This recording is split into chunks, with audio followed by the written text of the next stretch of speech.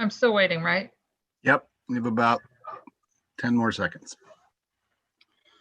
It's porting it over now.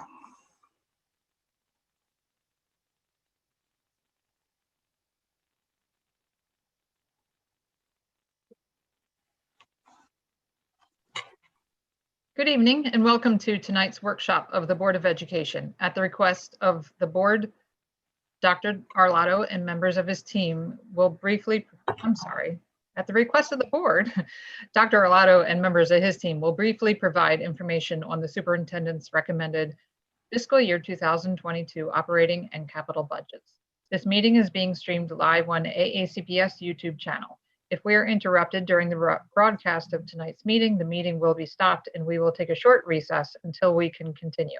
If for some reason we cannot continue, we will notify you as soon as possible when a new meeting will be scheduled.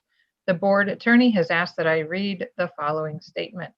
The Maryland Open Meetings Act, a state law, requires public meetings to be open to the public and to be held in places reasonably accessible to individuals who would like to attend these meetings.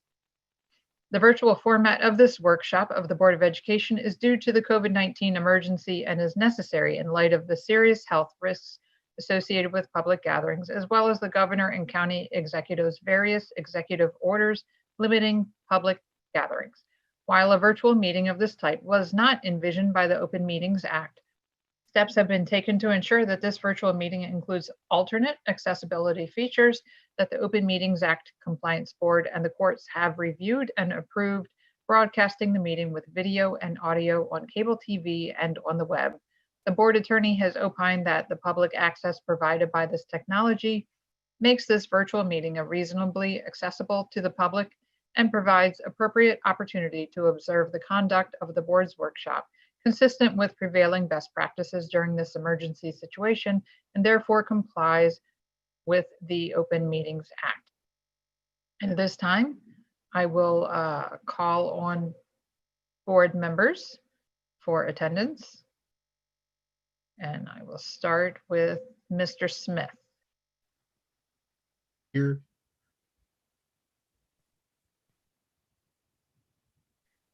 Ms. Antwine? Present. Mr. Silkworth? I am here. Ms. Frank? Here. Ms. Schalheim? Here. Dr. Tobin? Here. Ms. Corkhill? Here. Great. And with that, I will turn this over to you, Dr. Arlotto. Fantastic. Thank you, Ms. Ellis, and thank you, members of the board. As always, we're delighted to spend some time with you and review the budget. As you know, there's lots of work ahead of us before we close out the budget season sometime in the middle of June. We will, Alex, I'm going to turn it over to Alex in a second to walk you through some of the information as it relates to the budget for those returning members of the board. You seasoned members, some of the slides will look familiar with updated numbers. For our new members of the board, this is a great deal of information to share so that it will help you understand the entire process and where we stand in building both the capital and the operating budgets. After we've gone through those slides, then we'll spend some time responding to your questions. So with that, Alex, you want to begin? Sure, thank you, and welcome this evening. Again, I'm Alex Shaknovich, Chief Operating Officer, and I'm joined here this evening on the operating side by Matt Stansky, our Director of Financial Operations, and by Melissa Camillo, our Senior Budget Analyst, as well as Ms. Lisa Seaman-Crawford, our Director of Facilities, and Mr. Kyle Roof, our Supervisor of Construction, and Ms. Sandy Hughes, who's the Fiscal Manager for our Facilities Division. So as we have in the past, we'll begin with a brief overview of the capital budget, starting at the highest level and then drilling down to the individual requests, and then we'll transition over to the the capital budget at the conclusion and wrap up with some calendaring items. So our operating and capital budgets, but our operating budget in particular here at Anne Arundel County is a 12-step process, which the next slide will depict for you. We're transitioning now from the 7th step of the process, and that was when Dr. Arlotto delivered his recommendations to this Board of Education back in December. And we're transitioning now to the 8th phase. This is your budget. This will be your budget once it's finally voted on and adopted. And again, while we'll go through some calendaring items, short term, the requirement is that we complete our activities such that we are able to transmit our budget requests over to the county executive no later than March 1. And again, we'll go through some calendaring for the remaining steps after that. Near the end. At the very highest level, looking at our budget requests in totality on the very next slide, we are asking for a $1.367 billion budget.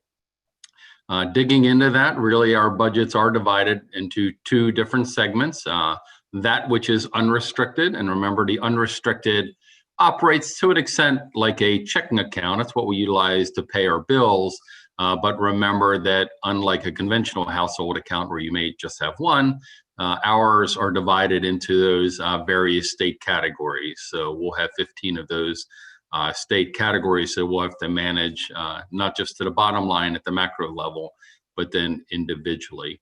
And then on the restricted side, and we'll again speak to those a little bit more later, those are typically specific purpose funds or specific grants. And the way I generally describe that is those come with GPS chips. So there's very exacting rules and specifications, term and conditions that govern the utilization of those funds, and a tremendous amount of reporting requirements to ensure that those funds are spent in only that exact manner.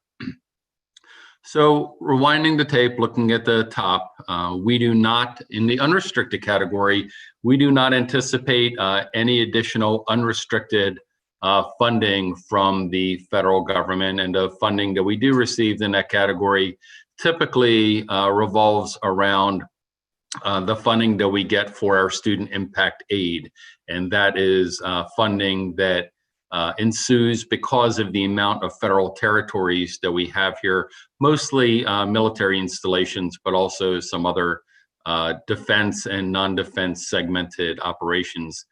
Those are not able to be taxed by the local county government or even by the state government. So that local impact grant is essentially an offset, a revenue offset to those untaxed lands. But again, we only expect about $2.75 million from the federal government, no change. I'm going to cover the next topic twice. One depicted what's on the slide, but then one so everybody understands what's behind the slide. So most of the funding here within the state of Maryland, talking about state funding specifically, is formulaic driven, largely by the extent of enrollment. In addition to enrollment, there are some special purpose subgroups that receive funding. For example, our special ed population, our ELL population, our farms population, etc. And so because it's very prescriptive, it's very formulaic, almost all of it is written into state statute, and at least at baseline has no discretion on the part of the governor. It is, again, largely driven by enrollment.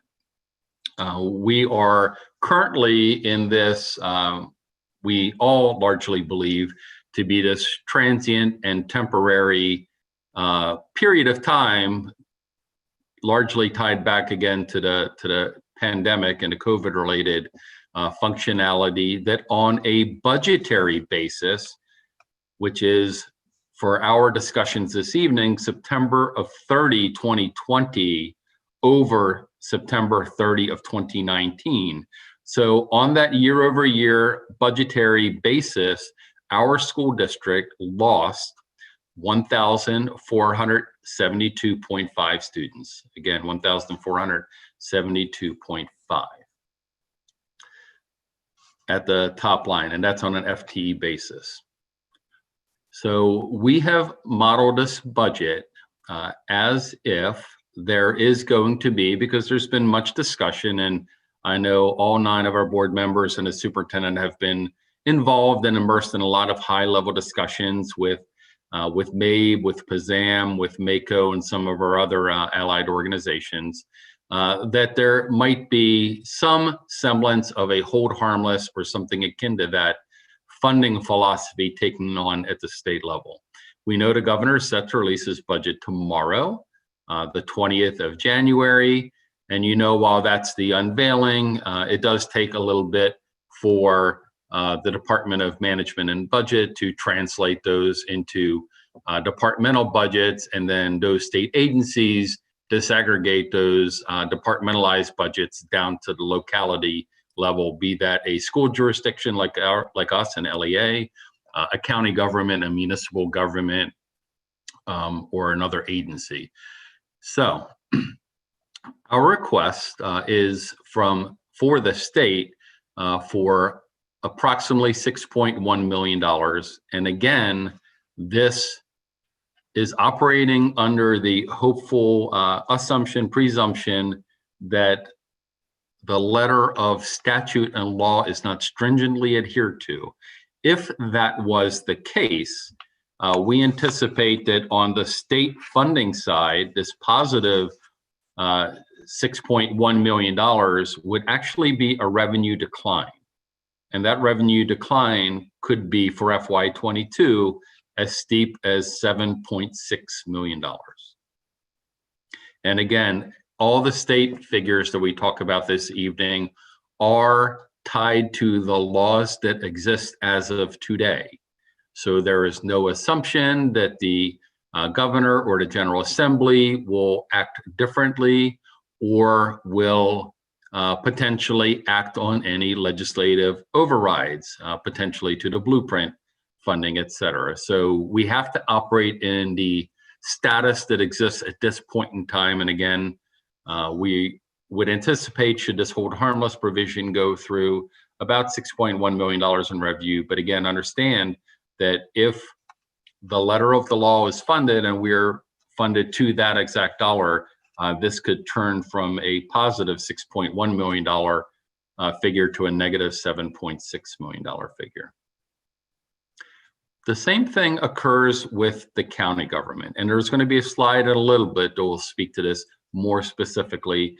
Everyone knows that the county government is the main source of funding for us, and I'll have a slide to speak to that. But remember that in general, the funding for school districts here within the state of Maryland work on a wealth equalized basis, and therefore they're essentially inversely proportionate to our local wealth. And as a result of that, you'll see that here in Anne Arundel County, when we get back to that pie chart, you'll see that that we get proportionally less funding from the state, and therefore we are required to have more funding or be more reliant on the county. So specific to the county government, we are asking for a almost $46.2 million year-over-year revenue increase, and that's FY22 over FY21. The important thing is, once again, that recognizing that enrollment loss, and we'll cover that in a little bit more depth, that $46.2 million to the positive number could very quickly flip to a minus $13.4 million if the county executive and county council ultimately took advantage of our temporary enrollment decline condition. And then finally, on the local side, and local is our ability essentially to generate revenue on our own. It's largely tied to interest, but we also have other miscellaneous sources such as rental, some fees that we collect, sales of scrap materials, et cetera. But we do anticipate that declining in the year ahead, almost completely tied to the extremely and almost historic low interest rate environment. So we would anticipate about a 2.3 million decline in our local abilities to generate fees. You net all those together in the most positive manner, and our request would be for just under $50 million of unrestricted general funds. On the restricted side, the simple analogy is always dollar in equals dollar out. So that's on grants. And while we are aggressive on grants, we're really taking a look at the grants that are available again at this time, or grants we believe will continue on and therefore we'll be able to apply and remain eligible for. Given that at both the federal and state and private sector side, we believe that we would generate just under $690,000 in new revenues on the restricted grant side. If more grant opportunities come available in any way, shape, or form, certainly Anne Arundel County is very aggressive in that regard, and we would certainly pursue that. On the internal service fund for healthcare, we are a self-insured entity. This does not take into account any sort of rate increases. As the board may recall, certainly our members that have been here for a while, we had been on a 3-year journey to migrate some of the health costs in partnerships with our bargaining units. That has been completed. So this almost $1.6 million is all attributable to new positions that we are asking for. And if those positions are funded, then that will come with funding for the self-insurance fund. If those positions, or to the extent that some of those positions don't materialize, then that revenue stream for the healthcare fund will decline in a proportionate or commensurate measure. And finally, in the food services fund, we don't anticipate any increases in revenues given the environment that we currently understand and know.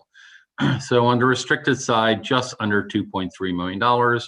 You add those two together, the total request is just in excess of $52.25 million together, and that represents about a 3.97% increase year over year. So that $52.25 million, all in, including restricted and unrestricted, would be that 3.97% increase. The next slide then does show that distribution of funding from our funding partners. Historically, our version, by our version, I mean Anne Arundel County, slice of the pie looks very similar. In fact, if we were to be fully funded, we would be reliant on the county to just under 60% of our monies in total would come from the citizens here in Anne Arundel County in terms of the county contribution. About 30, just a little bit over 30.6% of our revenue would come from the state. With the federal government, and again, this is probably what most people find the most surprising if they've seen this chart for the very first time, while the federal government certainly is a big player in terms of coming up with requirements and mandates and other assorted elements that we have to comply with. In terms of a funding capacity, they don't really come through with a lot of revenue, just about 3.8% of our revenue. And again, because of this inverse proportionality, relative to our peers, we are in fact a relatively affluent county. And by that, they're taking a look at our personal wealth, our property wealth, our installed business, commercial, utility, railroad base, et cetera. So taking that into account, because of that inverse proportionality between wealth and state support, that is why our state slice of the pie is the way it is. You could go across the state in different jurisdictions and you may find graphics that depict almost the opposite or more, in terms of you would get a larger, and to some extent, a significantly larger chunk of the revenue from either state or federal sources with a relatively or significantly smaller percentage of support from the county. So I mentioned maintenance of effort a little while ago, and the next slide basically speaks to it. And while I'm not going to go in detail, I want to make sure that we all at least have the concept or the principle of maintenance of effort in our toolkit. And essentially, maintenance of effort is a principle that is a requirement on the part of a local unit of county government to fund the school district on a per student basis. So that's the important underscored words, on a per student basis in an amount that's at least equivalent to the amount that they funded the school district in the prior year on a per student basis. And then that aggregate value floats up or down based on the student enrollment. Well, for the first time in over a decade and a half, our student enrollment here in Anne Arundel County actually decreased. And as I alluded to earlier, to the tune of about 1,472.5 students on a FTE basis. And I believe the board is aware that, I mean, Anne Arundel County is and has been of recent times the third fastest growing jurisdiction, here within the state of Maryland. So to have an enrollment decline again for the first one in over a decade and a half of our time span here is an anomaly, and one that I believe we all would largely attribute to the current state of affairs with respect to the health concerns and the pandemic. But that enrollment decline, utilizing the math, rolling that through, is what could lead to that $13.4 million decrease in county funding. So it would be a decrease in county funding at the gross or macro level. It would not, however, be a decrease in the per student funding. So the county could take advantage of this fully and legally and rightfully, reduce our funding by $13.4 million without any issues in terms of being able to assert that they fully met the requirements of the state law. And then mathematically, in the next slide, you'll see that if you begin with the FY21, the year that we're currently in, just over $379.5 million, the county could avail themselves once again of that means of effort provision. Remember, the rising tide either floats or drops all boats equivalently. They could reduce that funding by a total of about $13.4 million, leaving the school district heading into FY22 with $136.2 million in total. So us as a school district, this is a little bit of a looking backwards, looking forward slide, and it gives two pieces of valuable information. One, it's a comparison in terms of where we as a school district are with respect to our colleagues across the state, and by that I mean state average. And then beyond that, it's also sort of a trajectory or a trend line piece.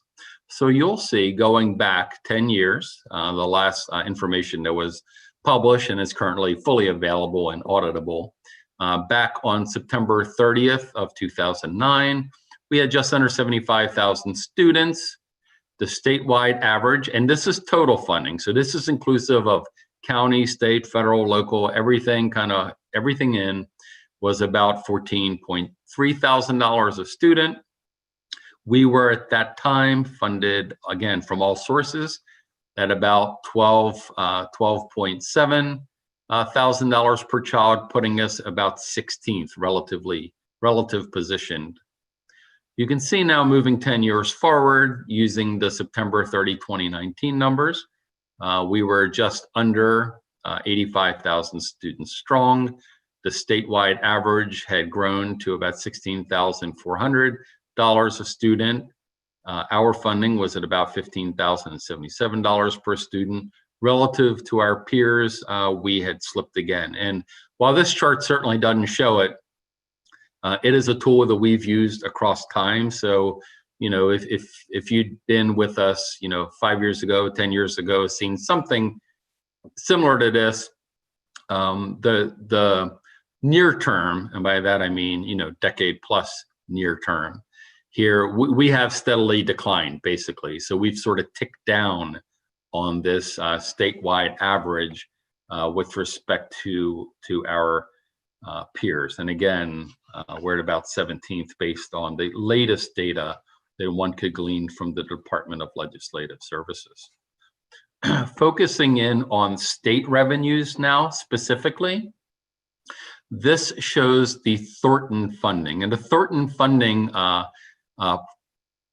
program is and has been in place now for well over a decade and a half. And again, while tonight's focus isn't on the work of the Crowan Commission, the Blueprint Commission, et cetera, that is the work that would potentially could replace the Thornton Funding program that again has been in place here in the state for over a decade and a half. And so this really tells us two stories. One has to do with state funding and one has to do with maintenance of effort, even though that is not particularly on a slide. What the Thornton Commission did back in the early 2000s, they spent over 2 years worth of work analyzing where we, the state of Maryland, are in terms of our educational efficiency. And that's really the ability to produce students here from the state of Maryland that are competitive with our peers and able to excel in whatever life endeavors or pursuits they wish, be that higher education or the military or the trades or wherever aspirationally they wish to be. And at that time, the analysis of that commission led by Dr. Thornton was that we in fact were underinvesting in education here within the state of Maryland.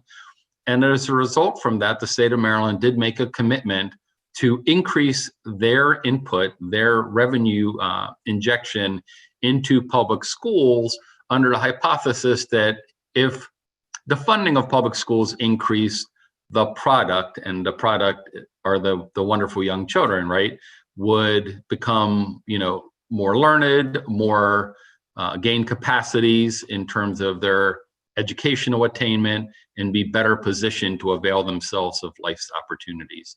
And so you'll see that when the Thornton formulas kicked in, at least for the first 4 years, there were some pretty market and incremental noticeable jumps in that investment. Again, remember the state's hypothesis was more is invested in education, outputs and educational attainments would grow.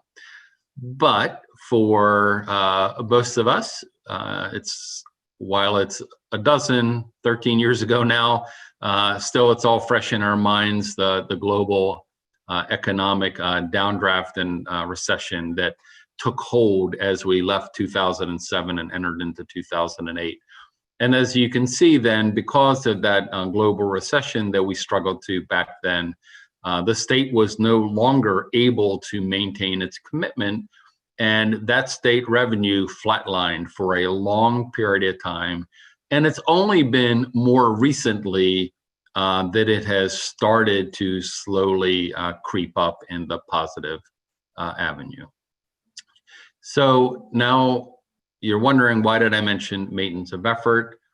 So maintenance of effort was born out of this same project, largely because the state had a hypothesis and they made a commitment to increase state funding for education. Again, the hypothesis was as funding for education increases, educational attainment and the preparedness of our students would increase commensurately. And the state did not want that funding on the part of the state to be diluted or in some manner countermanded by commensurate reductions on the part of local units of county governments. And that's where maintenance of effort came into be. The state essentially said, while we, the state, are making a commitment to increase funding for education, and we certainly hope that all 24 jurisdictions also increase funding, we're not going to compel you to do so. But while we're not going to compel you, the locals, to increase your funding, we are at least going to make sure that you do not decrease your funding on a per student basis, again, so that the influence of the revenue increases would not have been diluted or watered down or countermanded in any way. So the two stories are tied together largely in that respect. Moving on away from where the money comes from and begin to sort of tell where our story is. is a pie chart that says, where does our operating budget really go? We are what's called a human capital organization. And so given that we are a human capital organization, which is very different than Ford Motors or Caterpillar engines, et cetera, just under 81% of our total dollars go to salary, wages, and benefits to our people. We've got some other large cost sectors like non-public school tuition, utilities, and transportation that get us up to about the 90% level, leaving just about 10% of our funding in a category called variable costs. And that is things over which, to some extent, we have some discretion, not total, but to some extent. So things as are listed on the page there, contractual services, legal fees, professional development, textbook acquisitions, and the like. And the last thing I'll leave you with from this slide is that just to the far left, you'll see a little bit of a footnote there that just under 89% of those personnel costs that I reference are in fact those positions that are in front of our students each and every day. So taking a look at the superintendent's request, and again, the rest of the slides on the operating budget are really going to be, where is the money going to? And so this is a very high level overview. And again, we'll dig into each one of these categories individually here as we progress through the night.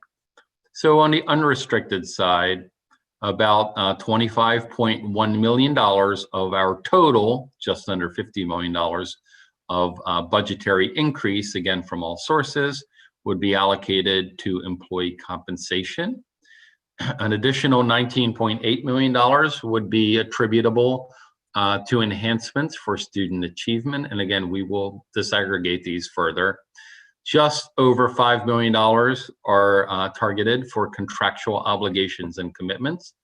That sort of rounds out the almost $50 million unrestricted request.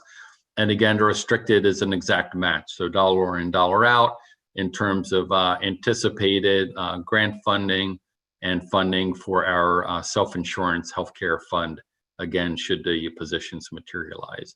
And at the very bottom there, you'll see the statistic that I quoted for you earlier, that should we be fully funded at that $52.2 million amount, it would provide an approximate 3.97% year-over-year increase, that being FY22 over FY21.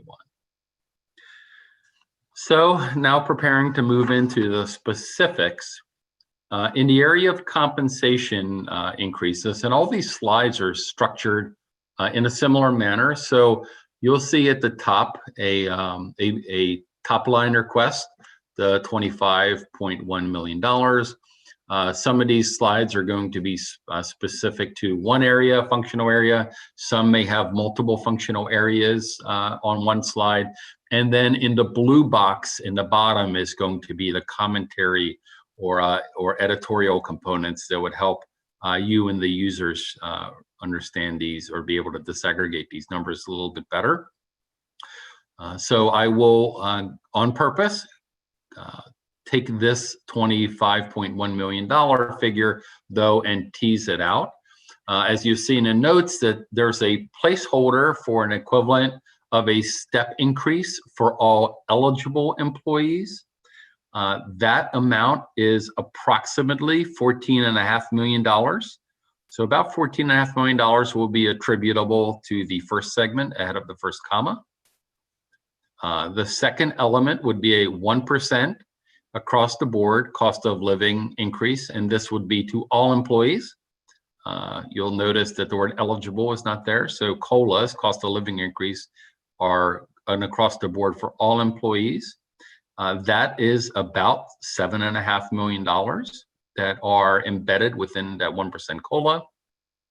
And then finally, the remaining portion of the approved mid-year step increase for Unit 1 employees that came out of the mediated settlement procedures or undertakings that occurred this past winter, late fall, early winter, with respect to our Unit 1 employees. And that's about $3 million, just almost $3.1 million. So again, you add in the $14.5 million step, the $7.5 million COLA, and the $3.1 million increase for the other half of the mid-year step for Unit 1 employees, and that's how you get to the $25.1 million total increase for compensation.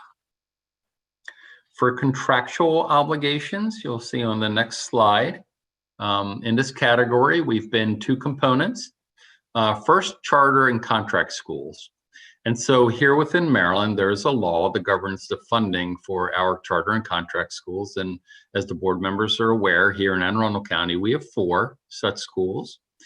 All of them have a contract with the Board of Education that governs their enrollment caps. All 4 schools in the year ahead, FY2022, will have reached their contractual enrollment caps. So there is no increase for the charter contracts due to enrollment increases, but there are in terms of their per pupil expenditures.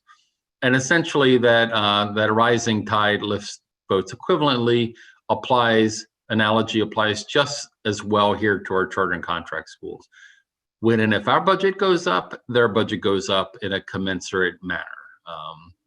So if our budget was to be fully funded, so would the contract and charter schools, to the tune of about $476,000 additional dollars. And there are going to be a number of these, but as a result of the situation we now find ourselves in, to some extent unexpectedly, the board knows that we had to pivot on a dime and move towards a mobile workforce, and in particular, our teachers and Unit 1 employees had been operating off desktop computers, the conventional CPU boxes on the floor, or in their casework with a monitor on top. Clearly, that was not viable anymore in a remote, virtual, or mobile environment, and we had to pivot to laptops. And so here in Anne Arundel County Schools, we do not outright procure or buy the laptops. They really only have a functional life of about 4 years. And instead of buying all of the laptops all at once and then having a large funding cliff X years down the road for example, what we do is smooth out and annualize those payments. And so this $2.3 million request would be the funding for the ongoing lease payments for our teacher workforce and other Unit 1 employees.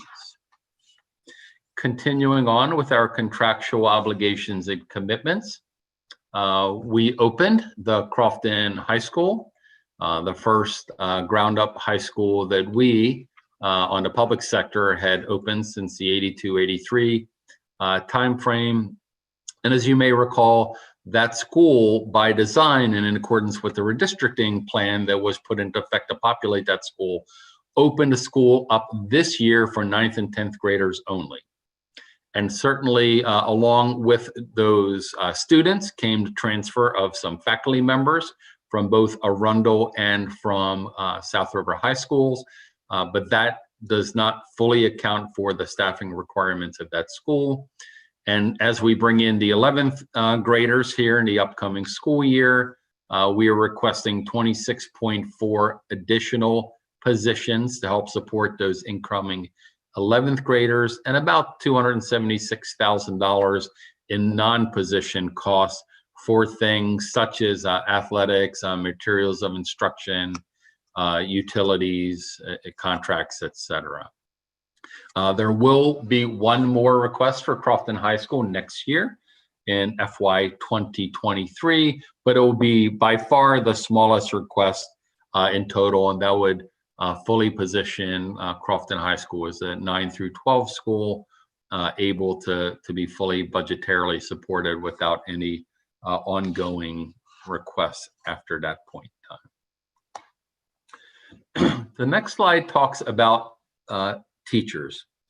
And this is a little bit tricky. So because of that, let me speak to this slide first, and I'm sure Dr. Arlotto is probably wants to share some more sentiments on this slide. But in years past, we have become accustomed to seeing our teacher requests really being split into two different categories.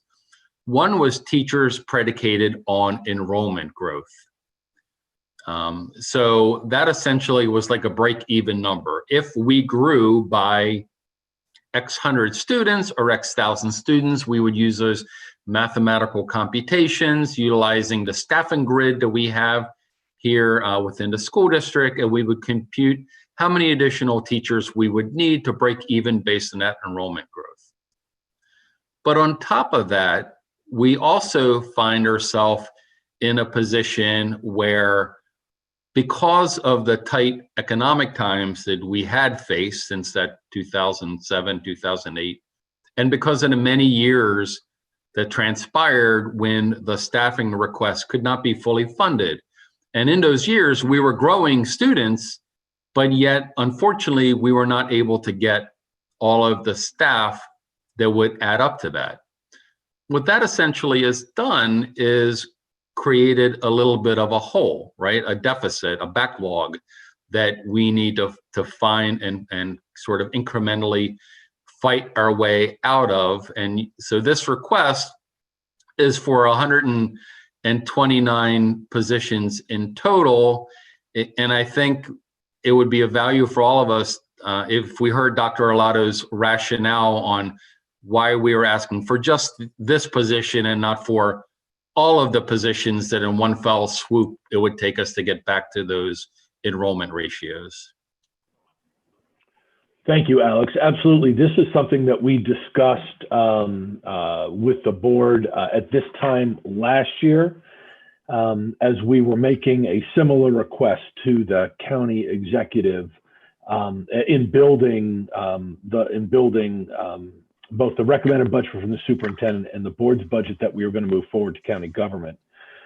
In that, we recognize we have a pretty steep climb in terms of, as Alex talked about, closing that gap with the number of teachers that we actually need to get to the ratios that we think are more appropriate in class sizes. And we had worked with the county government, the county executive in particular, to do this over a period of time, that we would not request, say, 400 teachers at once, that we would do it incrementally and over time. And so we were 2 years ago able to get some of those teachers back and make some inroads in class size reduction. As you know, the current school year we're in, we were not able to because of the pandemic and looking at the maintenance of effort only budget plus some small addition that the county council was able to give us. So now we are going to be going back to asking for a portion of what we think over the similarly that we'll ask for over the next several years to close that gap in class size reduction. Alex? Thank you, Dr. Arlotto, for that perspective and the history lesson to get us all up to the state of the current and on the same page. So moving forward to the next slide in terms of additional requests for enhancements of student achievement, there is a request for 2 new positions that would be assigned to our Centers of Applied Technology North, specifically to support 2 new programs that we seek to stand up. These programs have been in the planning stage now for the past 2 years. They're ready to launch in terms of their curriculum, their student desires to access these programs. And the 2 positions, one each, would be to support the aviation program and a barbering program. And some, I believe all likely board members will remember that we benefited greatly through a donation from the Northrop Grumman Corporation, one of our valued business partners in the Northwest quadrant of the county, in terms of donating a used aircraft so that our students can begin to practice their aviation skills on, and we need a faculty member to work with our business partners. This is going to be I'm going to use the word co-taught in some way, because we will definitely need to rely on the subject matter experts within the aviation arena to help advise and support this program for these youngsters. So these two FTEs would help us, again, stand these programs up for the year ahead. And then the next request is for a 0.5 teacher specialist to support our computer science program. Undoubtedly, and probably now more acutely than ever, I think we can all recognize the role and the value that computer science and information science, coding, computer security, etc., all have in our daily lives or in our corporate lives. And yet here within Anne Arundel County, we really find ourselves without that subject matter expertise to be able to put together the curriculum, to vet curriculum and content, to provide the professional development for our instructors so they can deliver that in a high quality and with fidelity to our students. So this 0.5 position would allow us to have a teacher specialist who would be able to focus part of their day on this computer science arena. The next slide talks to one of our fastest growing populations here within Anne Arundel County, and that has to do with our students that require or benefit from English language acquisition supports. And the request that the superintendent is recommending is for 5 ELA teachers and 1 bilingual assistant. So a total of 6.0 teachers and assistants that would focus on our rapidly growing and expanding ELA student demographic, which operates basically on a caseload model. And so our Office of School Performance and our Office of Curriculum and Instruction closely tracks where our youngsters are and where they are on the English language acquisition spectrum and how much supports they need. And so the positions would be distributed across the county basically on a needs basis governed by that caseload model. Kindergarten. So kindergarten, as you know, back in 2005, then Superintendent Grasmick mandated that that kindergarten be made available to all students, and full day to be made available for students that met certain criteria. And we have been, as a school district, certainly met the 2007 deadline for implementation of kindergarten in the full day model. But in pre-kindergarten, we've not had the success or been able to make those inroads. So this request really has 2 different components. On the kindergarten front, which is full day, those kindergarten teachers would greatly benefit from a teaching assistant. We have here in Anne Arundel County many schools that have 5 or more sections of kindergarten, and yet they have 2 typically, or fewer, but typically 2 TAs to support those 5 or more kindergarten sections. So this request would be for 13 additional kindergarten TAs, and the distribution model would be to support those elementary schools that have the highest number of kindergarten classes and yet have the least amount of TAs supporting those. So Dr. Lotto earlier spoke about sort of this phase-in or this longitudinal program to begin to make some inroads or close some of these gaps within the school district. And this would be another perfect example that the superintendent is recommending in an incremental fashion, that we add additional TAs to support those elementary schools and over time get us to a better place in terms of that ratio of TAs to kindergarten classes.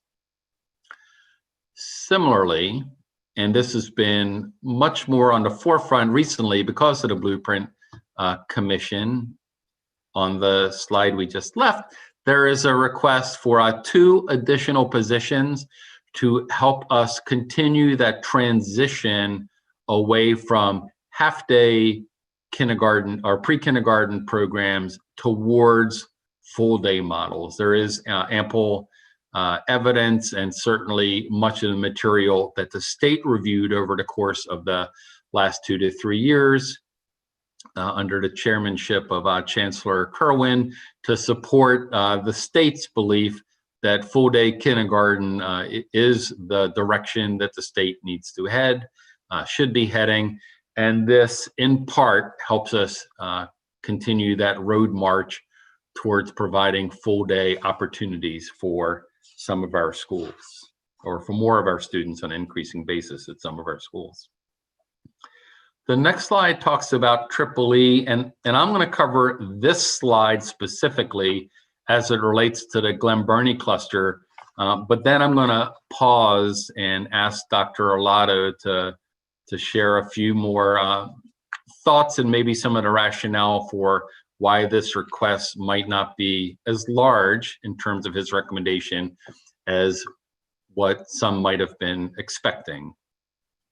So specifically, his recommendation relates to the Glen Burnie cluster, and that is a cluster that we have already implemented the Tripoli model, which again allows the youngsters to benefit from those thematic concentration areas, as well as provide those elementary school faculty members with some badly or sorely needed planning time.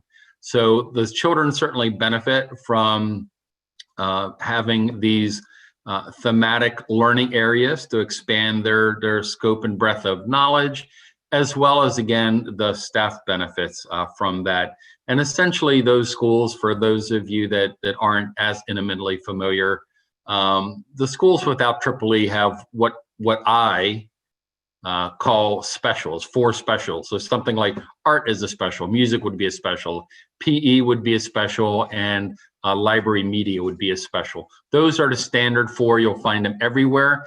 But with Tripoli, we're allowed to grow that into a 5th special. So again, the children have that opportunity of that 5th element, and the instructors get that additional bit of time. But for reasons that Dr. Arlotto will elaborate upon shortly, this request is honed only to completing the rest of the Glen Burnie cluster. And when this was put forward by the board and funded by the county previously, we had 2 schools, Richard Henry Lee and Oakwood, that were impacted by construction.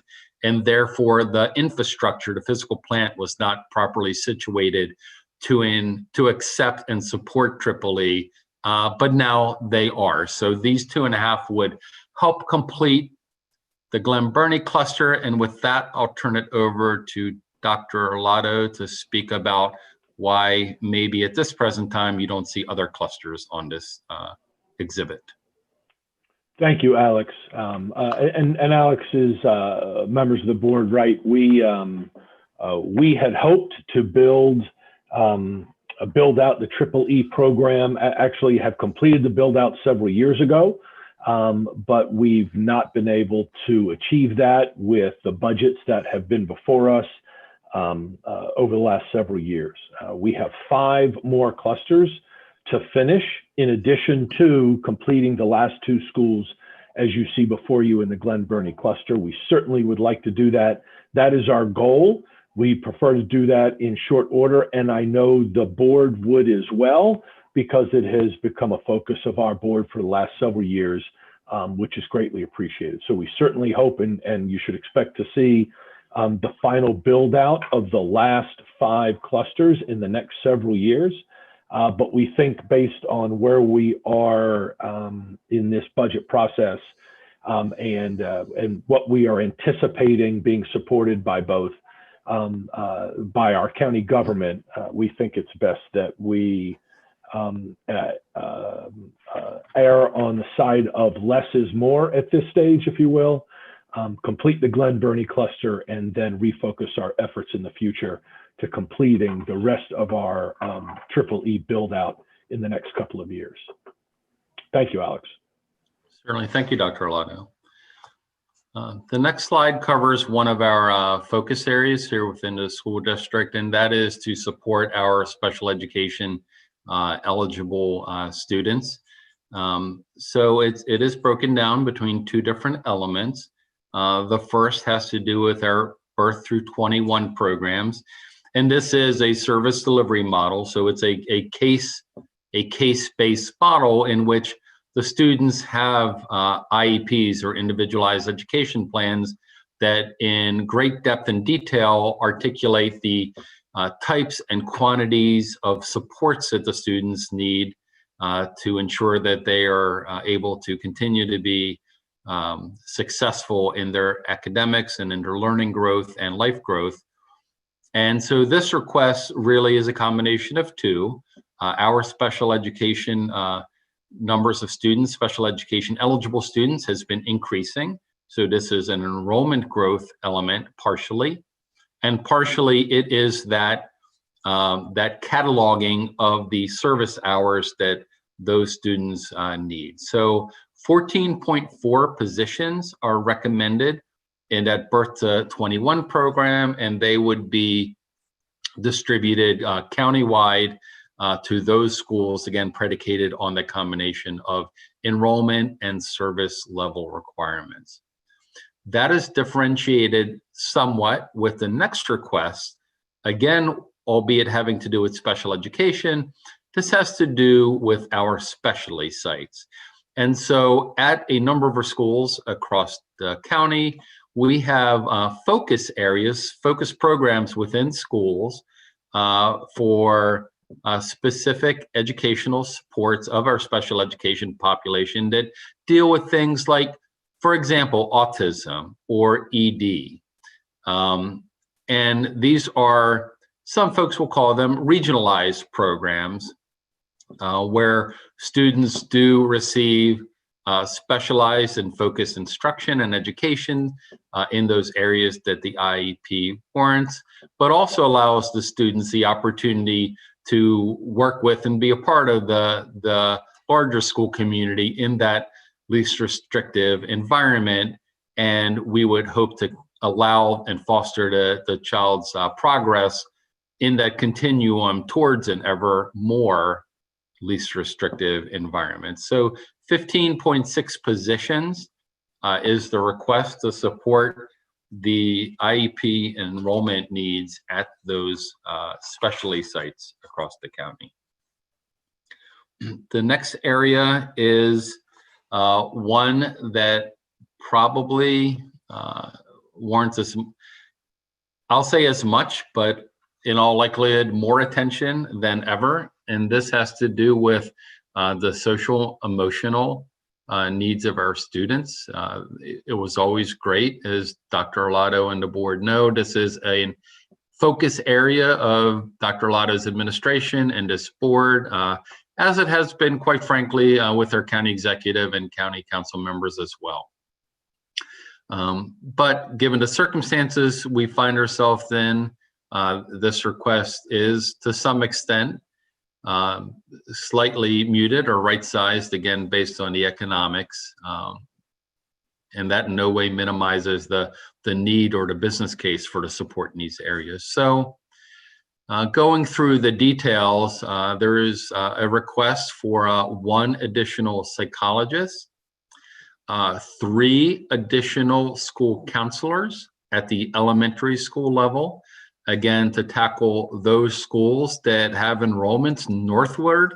And we have a number of schools with enrollments north of 600 youngsters, but maybe only 1 school counselor at the building. So these would be allocated to those schools, again, with those large enrollments.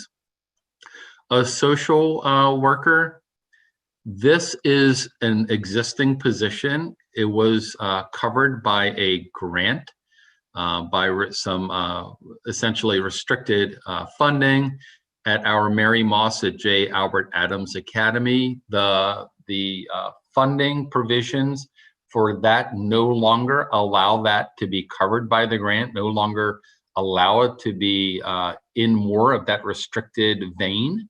And therefore, in order to keep the service level up to where it exists today, we are essentially looking to get the FTE authority, so we'd get the 0.5 position and cover it out of our budget. Specifically, there would be a reduction to the stipend budget. So we're essentially just asking for the FTE authorization, not the dollar amount. We already have the dollar amount. It's a reallocation of those dollars.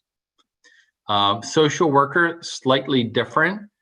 We are requesting for an additional social worker, 1.0 replacement. And then finally, there is a secretary that's assigned to the Student Services Office that interacts with our McKinney-Vento eligible students, and that is our homeless population. And it is this secretary, if somebody asked me to describe, I said, it's like the air traffic control tower person. Really, it's the glue that holds the connections together for those homeless students to ensure that they have appropriate transportation to their instruction or co-curriculars, ensures that we can build those outreach bridges to some of the other state or the county supporting elements that family or that student could be eligible for as well. So it would be a loss to no longer have that secretary position. Again, it was previously grant funded. We're not able to do that anymore. So in this case, we actually do have to ask for both the funding and the FTE for that 1.0 secretary, again, in the Student Services Office to support our homeless student population. The next slide has a number of elements that are grouped together. I will say, while we've been on this road incrementally, really this new pandemic and sort of learning modality that we're in has accelerated the need for these elements. And so there are four. The first one being a curriculum assessment tool, iReady. It is a tool, an instrument that we have already procured. The initial year, the year we're in, was funded by federal grants. So this additional funding would be to allow us to transition that assessment tool from grant funding over to general operating funding.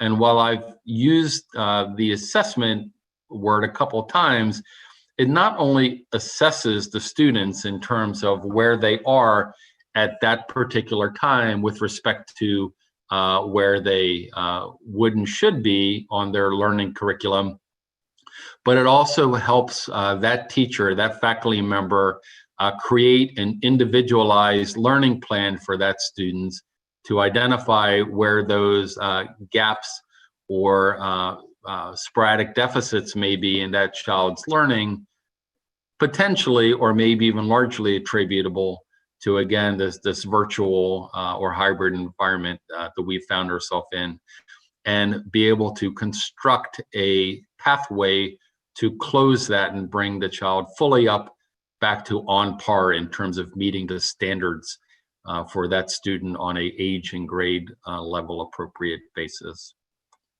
Similarly, the next item, the learning management system, while it is something that has been discussed here within the school district, and it certainly previously was maybe not requested because other things had a higher priority, the environment that we found ourselves in post March 13th really showed some of the gaps that the school district had on that technology front, and specifically in terms of having an integrated, orchestrated learning delivery platform that not only supports the content for learning, but also supports assessments and provides our instructors a way to assign, collect, grade, and distribute the results and provide meaningful feedback on that instruction. So this learning management suite, that along with the Google suite,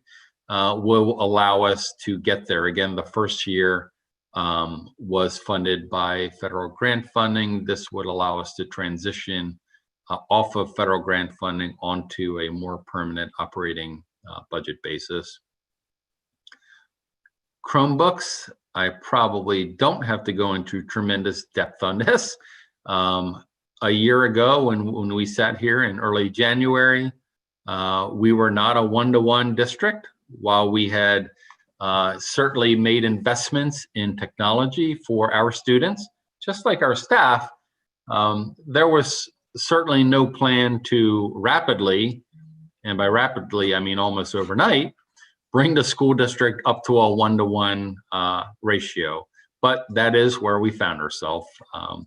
And fortunately, we were able to onboard a lot of those student devices using grant funding, but we're going to have to transition from the grant funding into a more permanent funding model. And just as I indicated with the laptops for teachers, the Chromebooks for students do have sort of a planned obsolescence. Again, it's about that 4-year time frame, assuming that the machine is well cared for and our students are very kind to that machine. It will certainly has the capacity to last 4 years. Unfortunately, some of them haven't lasted the entire 4 years. But again, this funding will allow us to be able on a cyclical basis to replace those student Chromebooks so the students have access to the devices that they now have in hand and to which they've become accustomed and reliant. And then finally, in terms of virtual learning and home instruction, while we did have some capacity to support virtual learning and home instruction, certainly it was not to the robustness or scale that is now required in terms of being able to support virtual learning platforms and programs of choice for our students that are either in home instruction but wish to avail themselves of some of the offerings that we have here within the school district. So this $588,000 request would fund 7 positions and some technology enhancements to allow us to continue to grow and build and support a robust and fully functioning virtual learning and home instruction program. So traditionally, we would kind of pause here and sort of focus on the operating budgets, but I am going to sort of take a facilitative move here, Madam President, and just continue through the capital budget because it is very brief. It will be not even 5 minutes. And then maybe at that point in time, we'll turn it back over to Superintendent Arlotto, Ms. President, and then over to you and your colleagues. So in terms of the capital budget, again, I say why it's going to be so quick is because there essentially is no change. And by no change, I mean there is no real change to the plan that was approved back in September. And so you'll see on the very next slide that our capital budget request is about $234.5 million in total. It's subdivided into about $188 million of major capital projects, which are total building constructions, reconstructions, renovations, or large-scale additions to support things like expanded pre-K or capacity additions. And then about another $6.5 million on recurring projects, things that we do in the arena of security upgrades or maintenance backlog reductions, things like accessibility upgrades or health room modifications, etc. The takeaway is this, as I believe the board is all aware, the time clock on capital budgets is state-driven, not county-driven. And because of that, the board did go through the capital budget back in September. The budget that the superintendent puts forward does not have any new projects, does not have any reordering. So it is the same work product that the board saw and voted on and held a workshop and a public hearing back in September. In terms of the funding update, briefly from the state, as of now, we have requested a total of $65.1 million. I'm sorry, from the state, actually a little bit more. We've received about $18 million. The remaining balance of the $65.1 million request is still out there. The state doles their monies out in three phases, 3 slugs. This is the results at the end of round 1. As I said earlier, the governor is going to release his proposed budget tomorrow. In February, there will be a round 2 allocation, and the round 3 allocation will occur likely in very late May, sometimes early June, but typically very late May, when the entire state's budget is finalized, inclusive of not just the governor's recommendations, but the General Assembly's actions. So more to come in terms of the capital budget. In terms of my last 2 slides, we do have some perennial issues that we continue to struggle with. One has to do with limited capacity from revenue growth from all sources. The economy is acutely still under some strains and constraints at the moment, so this is not an issue that likely will be eliminated near term. Similarly, we are keeping a watchful eyes on the work of the General Assembly to see what will materialize in terms of a potential override of the veto issued by the governor relative to the Commission on Innovation and Excellence in Education, otherwise known as the Kerwin Commission's recommendations or the blueprints for Maryland Future. And remember that it's not just simply a matter of an override, but it's also taking stock of any adjustments or amendments or alterations that may come about that. And that might have to do both in the funding arena as well as in the requirements or accountability arena. So all of us are gonna have to keep a watchful eye on the totality of that as it makes its way through the General Assembly here over the course of the next 90 days. There is the annual matter of us being able to provide modest compensation increases for our employees to maintain competitiveness with our neighboring jurisdictions. And remember, that's both a recruitment and a retention, right? We have to keep our eye on both balls up in the air simultaneously, both recruitment and retention. And remember that Maryland is a net importer of teachers. The state of Maryland produces just about 50% of the teachers on an annual basis that the state of Maryland needs. And therefore, we do need to import that human teaching capital from surrounding states as well. There is our desire, our strategic plan stated goal to continue to provide expanded and more challenging educational offerings to our students as an alternative or elevated palette of options to continue their student achievement elevation. And finally, I did allude to it earlier, keeping our focus on our diverse student populations, inclusive of our English language learners, our special ed students, and students with social emotional support needs. I did say, again, Madam President, Mr. Superintendent, I would cover the calendar before I turned it over to you to just make sure we see the road ahead. At the moment, we do have a board meeting scheduled for the 17th of February for the board to take up its final review of the operating and capital budgets and wade through any amendments. There is a backup date on the 18th should a continuation or additional hours be required for that effort. We are required by our charter to remit the board's requested operating and capital budgets to the county executive no later than March the 1st. The county executive has already announced town halls, some of which have already occurred. Some of them are continuing in the days and weeks ahead to gain input from the 7 consumatic districts on the budget.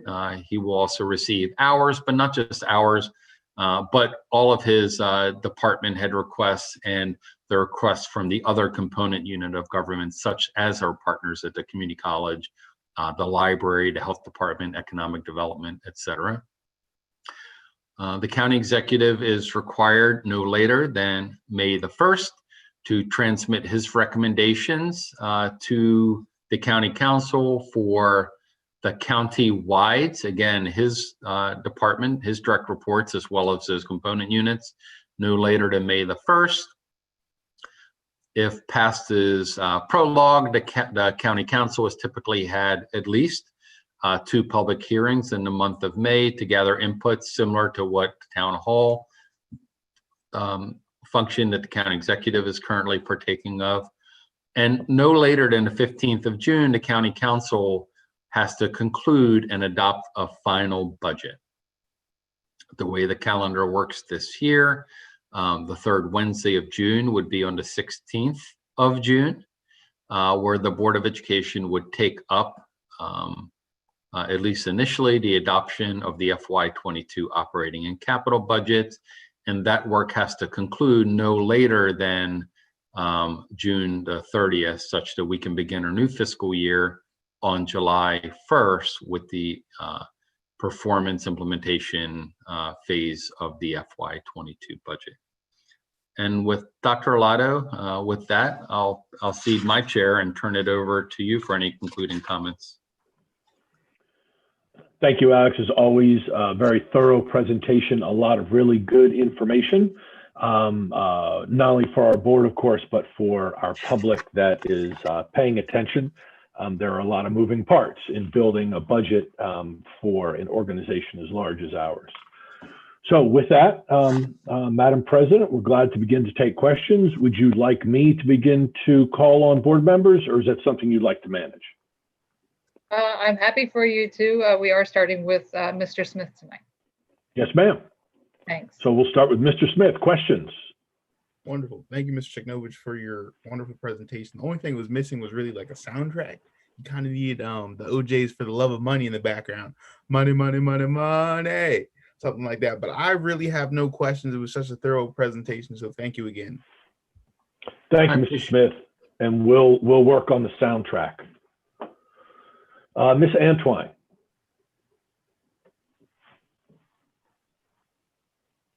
Thank you, Dr. Arlotto, and thank you, Mr. Cheknovich, for this. I thought it was a thorough presentation as well, and it answered some of my questions I sent over to you guys as well, so thank you for that. But based on it, I do have a few additional questions, and if we're doing it, President Ellis, like we normally do, I'll just do 2 at a time, if that's good with you, because I have several. Yeah, that would be great. Thanks. Okay, thank you. So my first concern, the laptops for teachers, are we leasing from the same organization that we lease our Chromebooks from, or are those 2 separate contracts? So the laptop manufacturer, there are 2 different manufacturers. They are all off of state and large intergovernmental purchase agreements. But the manufacturers of the devices are different.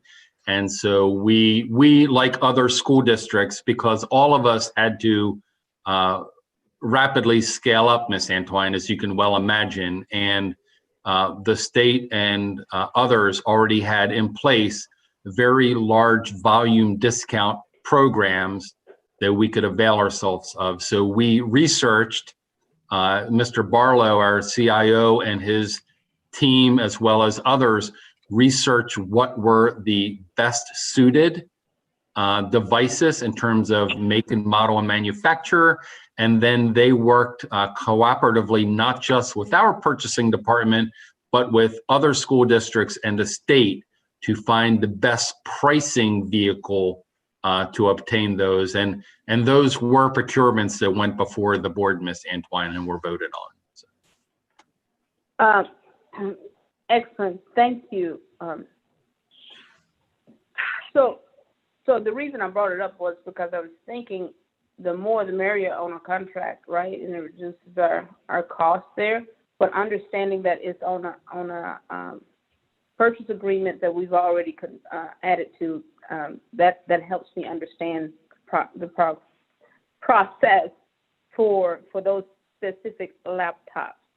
And I can assure you one thing, Ms. Antwine, that those large equipment manufacturers, and you're probably familiar with it probably from your background as well in the federal sector, there is, and this is my words, there is preferential pricing that goes to government entities, and then government entities, also being tax exempt, do not have to pay, the taxes on those public sector computers. So the price that we are receiving, both for the teacher machine and the student machine, is much more favorable than one would get by going, to any retail operator in the area. It is predicated on very large multi-jurisdictional, and in some cases, multi-state acquisitions.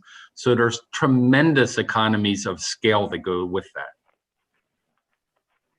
Thank you, Mr. Shagnovich. That helped too tremendously to understand and realizing that these are definitely requirements. I was just looking at how we could best do this as our budget opportunities become more minimal, I guess. So, but thank you for letting me know that and for that explanation. So I had questions about grants, but I'll let the next round go through first.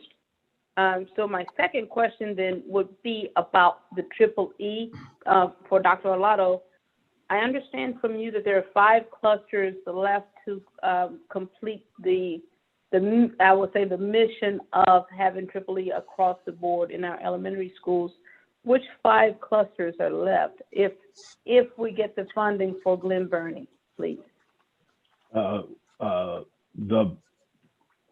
are Severna Park, Old Mill, South River,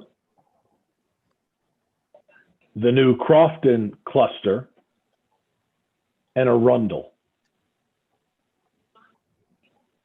Oh, okay.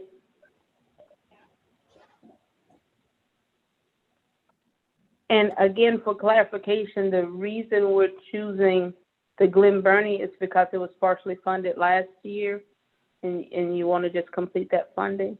Yeah, we finished out Glen Burnie actually 2 years ago, 2 budgets ago, except for 2 schools.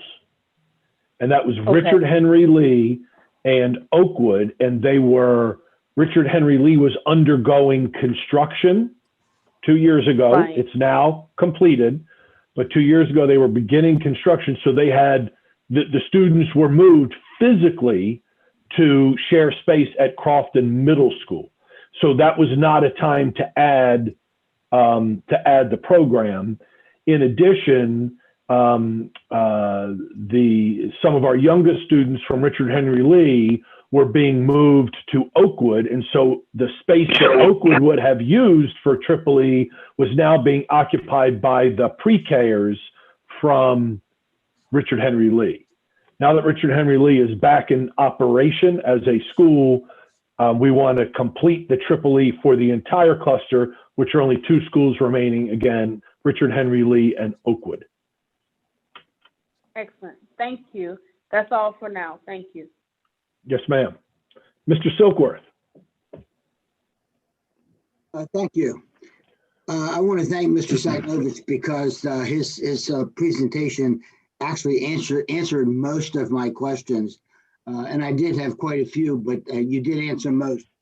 I have a few. One, will we be seeking additional grants to continue with the iReady and the learning management system, or are we solely relying on funding?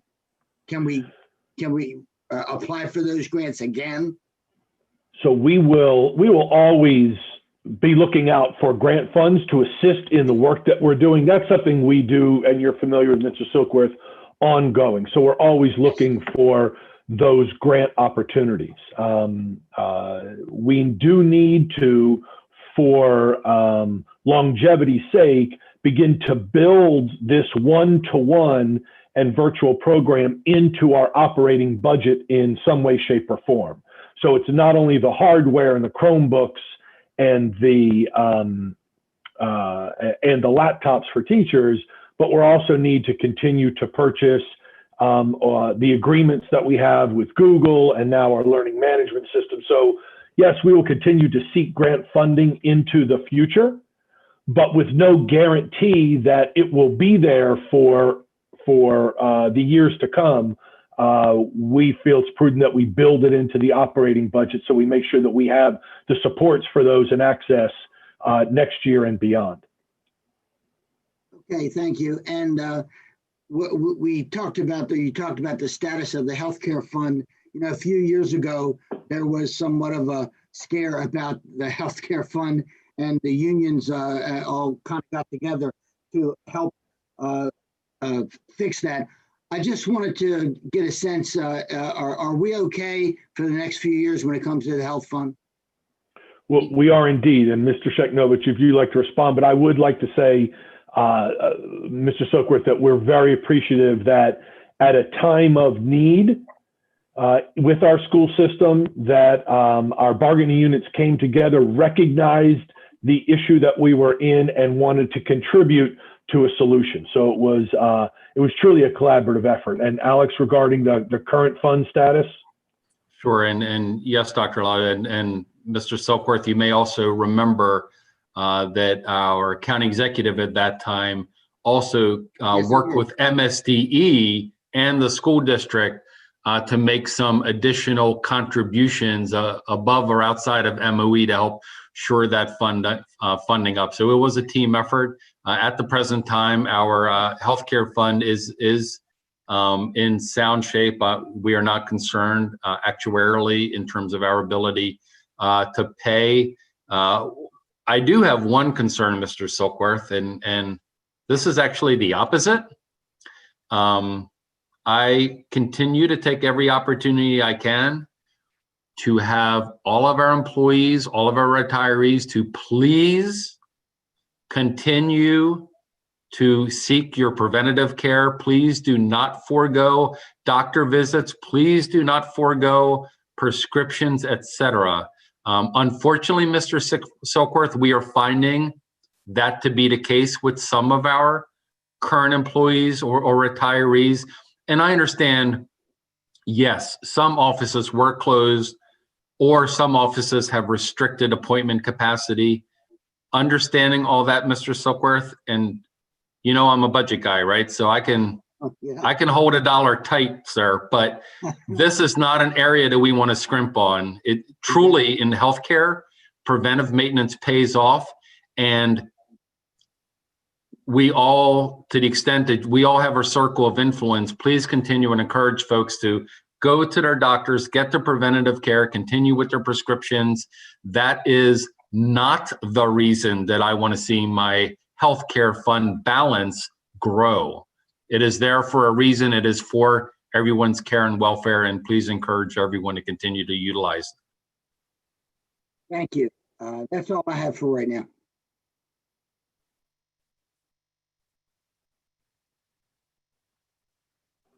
Thank you, Mr. Silkworth. Ms. Frank. Okay, I had a follow-up question about the Chromebooks. So are we building this budget and these 4-year plans around continuing to have elementary school students using a Chromebook? Yes. Okay. And then if they drop their Chromebooks or damage them, they are expected to pay for them, correct? Correct. Now, do they keep the same one for 4 years? They do. Okay. Okay, so they don't like give them back in the summer and. Well, so that's it. So that is a really good question. We've never been a one-to-one jurisdiction before, a one-to-one school system. So this is new for us. Most jurisdictions take well over a year, if not two, to plan out how to move to one-to-one. So this is one of the questions that we're talking about.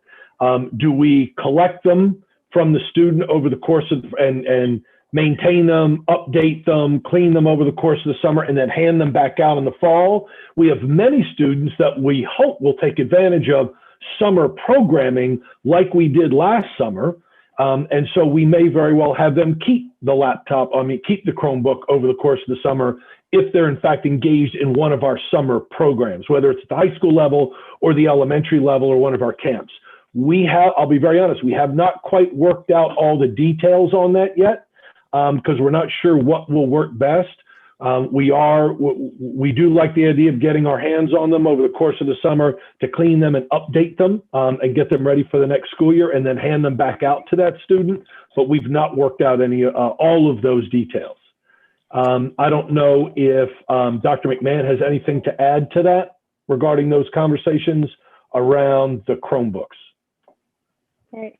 We don't need to get too deep in the weeds. I think that's okay. I'm trying to get an idea if there are going to be refurb costs. Are those costs going to be covered by this budget? Are those potential increases that we could be seeing later in the year? Those kinds of, just kind of feel that out. Yeah, so we are expecting to have a certain percentage, a certain amount of breakage and loss and damage on Chromebooks. We've figured some of that into the budget. Because we've not had any experience yet, we have no actual costs to really show us how to move forward, but we have budgeted an amount that right now the breakage and damage has exceeded what we originally budgeted based on what we're seeing with the use of the Chromebooks now. Mr. Stansky, anything to add to that? No, that's right. We were estimating a sort of a breakage or loss stolen. We have seen a little bit higher in the breakage than we anticipated. But yes, this funding moving forward builds in contingencies for breakage. All right. I have a couple more questions, but I can wait until the next round if you guys want me to wait, if we're doing another round. Okay, we'll move on then. Ms. Schulheim. Yeah, I'm going to start with a comment about the Chromebooks. This is exactly my fear. Little kids bringing Chromebooks back and forth to school. What could go wrong? A fair amount. And I worry about the burden of the cost of the replacement on families, especially if those families can't afford that. I do worry about this going forward. It's just a commentary, something to think about. So I do have a few questions. My first question, I think would be useful for especially for our newest members to hear, because there was a lot of confusion between this board and the county council last year on this topic, and that is, what do we need to ask for and what do we not need to ask for? It was understood by the last budget that we asked for funding, but that we have position control. We don't have to ask for a particular position title because we have position control. We just ask for dollars associated with positions that we seek. So if I can get on the record some clarity around that, I think it would benefit all of us. Certainly this topic, as you remember, did come up quite a little bit in the back and forth last budget season. So there's really two answers to that one question, because in an organization where 82% of our budget's tied to people, and in a budget that is disaggregated discretely into the state categories, they are to a large extent tied at the hip as follows. So our budget request is tied to FTEs, and we would not, for example, be able to, absent councilmatic approval, we could not, for example, take special ed positions and cash them in for operations positions or even general educators or administrators or whatever. So there's a categorical element to that. And then there's an intercategorical thing. So while it is true that the county doesn't have position control, so a teacher is a teacher is a teacher, and it's under the superintendent's purview if that FTE becomes a third grade teacher at Oakwood or a seventh grade teacher at Mead Middle School or whatever. That's under the superintendent's authority. We do have an authorized strength, and that authorized strength is tied to FTEs by way of funding, basically. So while they don't authorize the FTE, they authorize the funding for that FTE. And in order to make sure that we're transparent and not disingenuous to our public writ large, if we say we're going to use the money in a manner on an FTE or whatever, there is some caution about taking that and altering that in some meaningful manner. Right. Yeah, no, I'm not suggesting altering anything. I just want to, on record, just so that especially our new folks understand that we don't ask for position titles, as it were. We ask for funding for we asked for new FTE and the funding associated with that. There was some back and forth last year about what is under our purview and what isn't. So I just wanted to make that clear. My next question has to do with pre-K funding and kindergarten funding, and what is already does the state and the federal government and the county government fund pre-K at this point, and or kindergarten, or just one and not the other? And if the veto override were to occur for the blueprint for Maryland's future, would that help in either endeavor going forward? Sure. So let me answer that question in three parts by federal, state, county. I'll take them actually in reverse order. In county funding, in terms of the maintenance of effort provisions as they exist today, pre-kindergarten students are not required to be funded by a local county government. So that's 100% at their discretion if they wish to do that or not, but they are under no obligation at present to do so.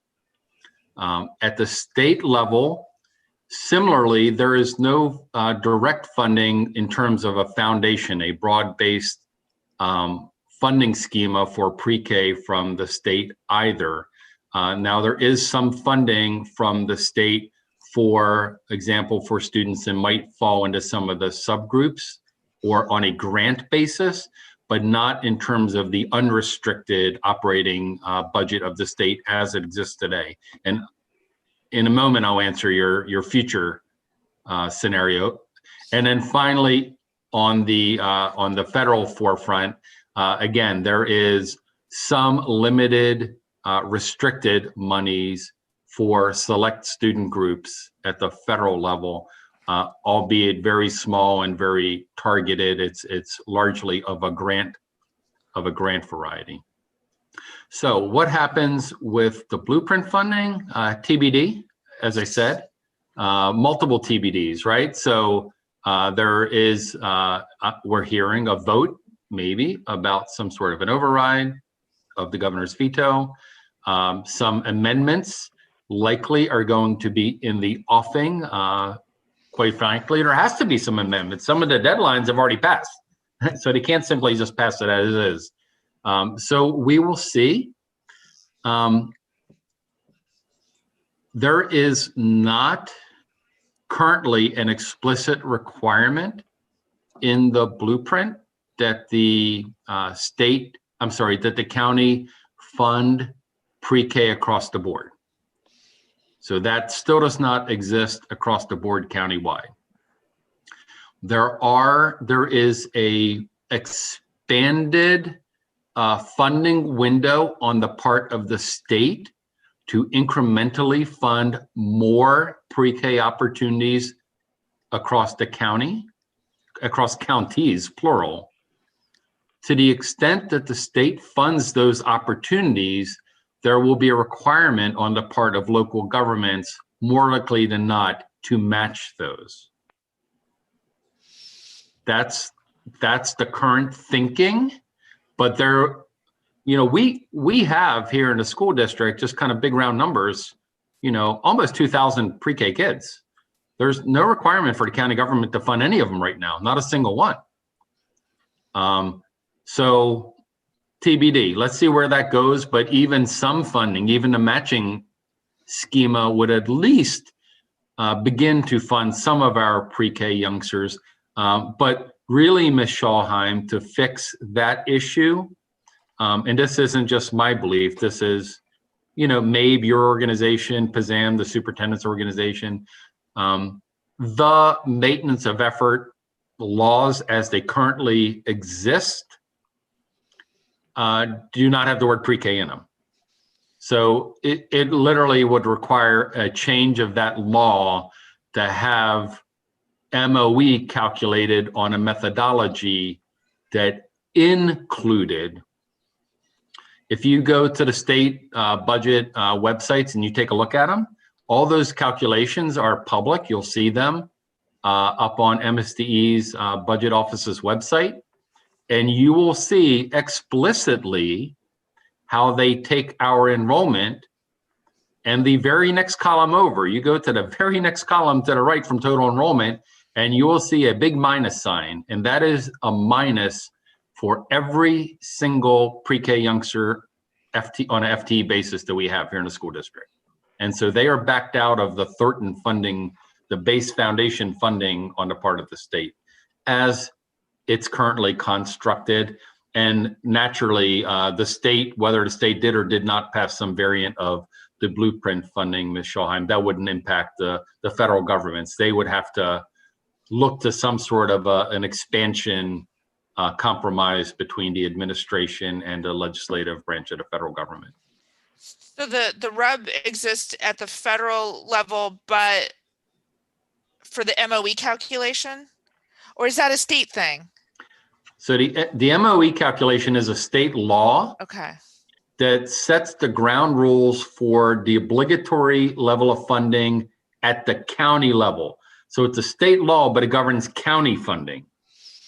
That state law, as it's written today, is silent on the word pre-K. And the strict interpretation, if you read it word for word, it does not include pre-K. So pre-K does not have to be accounted for at all in the computations that a local county government has to do. Can they do it on a voluntary basis? Absolutely. Are they obligated to? No, ma'am, not under present law. And are they choosing or electing to fund pre-K for us at this moment, or are we bankrolling that entirely out of our budget? We are not being explicitly funded for pre-K other than, for example, there is a request in this budget to fund yet 2 more, pre-K teacher positions or something like that. So there is some incremental funding, but it is truly at the fringes. It doesn't even make a dent in terms of the baseline funding that we would need to support what's soon to be almost 2,000 pre-K youngsters. Got it. Yeah, I see this as a real issue and something that we need to advocate for as much as possible, because wouldn't that be amazing, and wouldn't that take the pressure off of other funding priorities if pre-K and those students were given the funding and the attention, the monetary attention they all deserve to make their very first years of education successful. I And probably and have. I'm sorry, Michelle. I'm the one thing I also want to opine on is that I don't want to fall into the trap that we did back in 2005, 2007. And Dr. Arlotto has spoken about this publicly in venues I've been in, that one can't forget that along with a mandate to expand to full day, large scale, full day pre-K opportunities, and the operating budget side, there has to be some consideration on the capital budget side as well. That's how we fell into this issue of the mandate for kindergarten came into effect, at least the onset of it came into effect in 2005. And in your capital budget before you now, FY22, you're going to see a funding request for the last two kindergartens, a journey that we started on. So to the extent that Mr. Willems, Ms. Glendenning, others advocate, make sure that the conversation has both the operating and capital components synchronized together. Absolutely noted. I will likely have some additional questions, but thank you for all of that explanation. Much appreciated. Thank you, Ms. Schulheim. Dr. Tobin. Yes, thank you. And thank you again, Mr. Sheknovich, for your presentation. Very helpful. And yeah, just to follow up on Ms. Schulheim's comment, it is my understanding that the pre-K funding was sort of a central aspect of what was intended in the blueprint. So we shall, as you say, TBD, we shall see how that emerges. Ms. Dr. Tobin, as you may recall, though, they had an incremental or a phased-in approach. Right. For affordability reasons, I would guess, but they were layering in additional pre-K eligible students in terms of state funding, largely using economics or farms eligibility as a surrogate for that ever-increasing proportion of the student population that would be eligible for that. Right. Yeah, they were layering 4-year-olds first, then 3-year-olds, and the farms. Yep. Yep. So a couple of questions. So with regard to the request for 129 teachers, as you noted, Mr. Sheknovich, we are a net importer of teachers in this state. And as you also noted, we face the challenges of compensation that compares well with surrounding jurisdictions and so forth. So I guess I sort of have a pretty maybe blunt and basic question, which is, do we think, and Dr. Arlotto is probably in the best position to answer this, do we really think we can hire those 129 teachers? Are they out there, and do what we have to offer them, does that look favorable in this market? So yeah, I think the short answer is yes. We believe we can hire them. There will always be some difficulty in very specific positions where it's not just the state of Maryland, but across the country that we're having difficulty finding in some very specific areas, high needs areas. But yes, we have our HR department did a fabulous job recruiting and preparing for this current school year, and the one before, where we had a big influx of the numbers of teachers we're able to bring in. We've had some real success. This is a desirable place to live, this part of the country, and it's a desirable county to live in and to work for. And so, yeah, we believe we can, but we have to. There's no rest for the weary. We will have to stay out there in that recruiting world to continue to attract and retain. And you heard Mr. Sheknovich talk about those two pieces, because that's critical.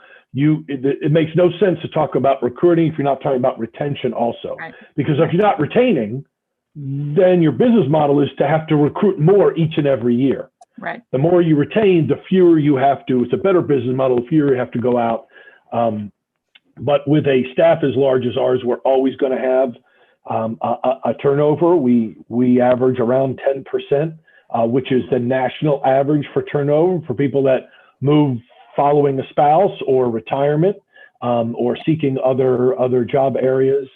But we have our HR department does a very good job, and we have to, again, no rest for the weary. We have to think about how we are working to retain our teachers, because that is a selling point in and of itself when we're out there recruiting. Yeah. Okay, thank you. And another question, like many, I have several, so I'll ask another and then let us go forward. Is there a way, or could there be a way for us to examine these budget numbers with an eye to comparisons across clusters? Obviously, we're all here to make decisions and serve the entire county, but with the exception of our student representative, all of us are also elected by voters in these particular districts. And so part of our oversight responsibility has to do with being able to assess clearly. And again, the eye here is on equity, not equality, but equity, how the funds are being allocated. And is that possible? Will that be possible? My question. Is it possible? Well, we could break down some of the spending by cluster. Mm-hmm. I would caution you in that in some clusters, you'll see more grant funding and title funding, like Title I in certain areas that you will not see in others. Sure. And therefore, you're not going to be comparing apples to apples because you have to take into account, as you said, the equity piece. Right. It's not, we create equal funding in terms of staffing and the needs of each school.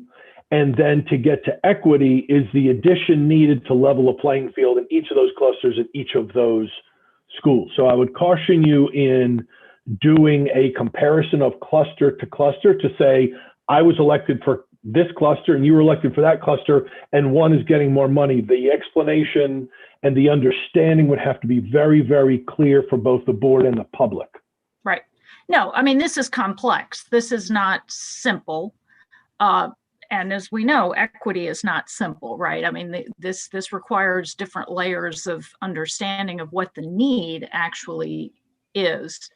But I do think going forward, it is something we need to think about because it's a level of transparency, I think, that could be valuable.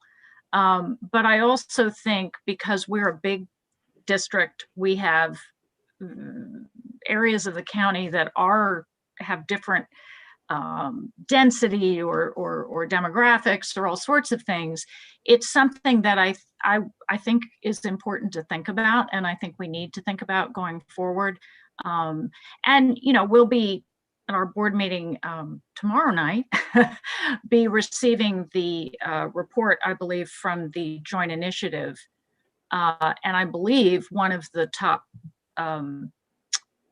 priority recommendations is to have an equity lens on everything, every policy, and so forth going forward, which is akin in my mind to a fiscal note on a piece of legislation. So, you have something that sort of gives you that lens and that understanding. So it may also be something that we might think about applying to our budgets in this way as a way of understanding exactly those subtleties and those differences that you are talking about, Dr. Arlotto, that I think do need to be understood. So I certainly take your point about not simply understanding this as a simple comparison, but I do think it's something we need to focus on a little more going forward. So, and I'll hold the rest of my questions till later. So thank you very much. Thank you, Dr. Tobin. Ms. Corkadell. Thank you, Dr. Arlotto, and thank you to your team and staff for an outstanding job. Both of my questions are relevant to recovery learning. And I think especially after we had our special session, I've been thinking about it a little bit more. And so could you go over, there's two focuses relevant to the budget. One has to do with tutors and similar positions. And then the other as it relates to our summer sessions for recovery learning as we're moving forward, which would be something that would occur in the upcoming budget. Could you further elaborate? My first question is, could you further elaborate on the positions as it supports in relationship to tutors and that category, not necessarily a tutor, but that category of support? And then also, my second question is, have you completed an analysis that would include an understanding of budget implications as it relates to summer recovery learning? I know that last year we did some small groups, et cetera, and of course our teachers are busy in their professional education. And is this included in it? You know, a better understanding of where it is in the budget, and if there's a concern for a possible need on that side. So the bulk of that spending occurred through funding through the CARES Act. And so we utilize those monies. One, you say in two, as you talked about in a number of categories, but you specifically, Mrs. Corcadell, mentioned tutoring, which is ongoing now, and it has been throughout the year. And so paying stipends for teachers to do that work 5 evenings, 5 nights a week for our middle school and our high school students.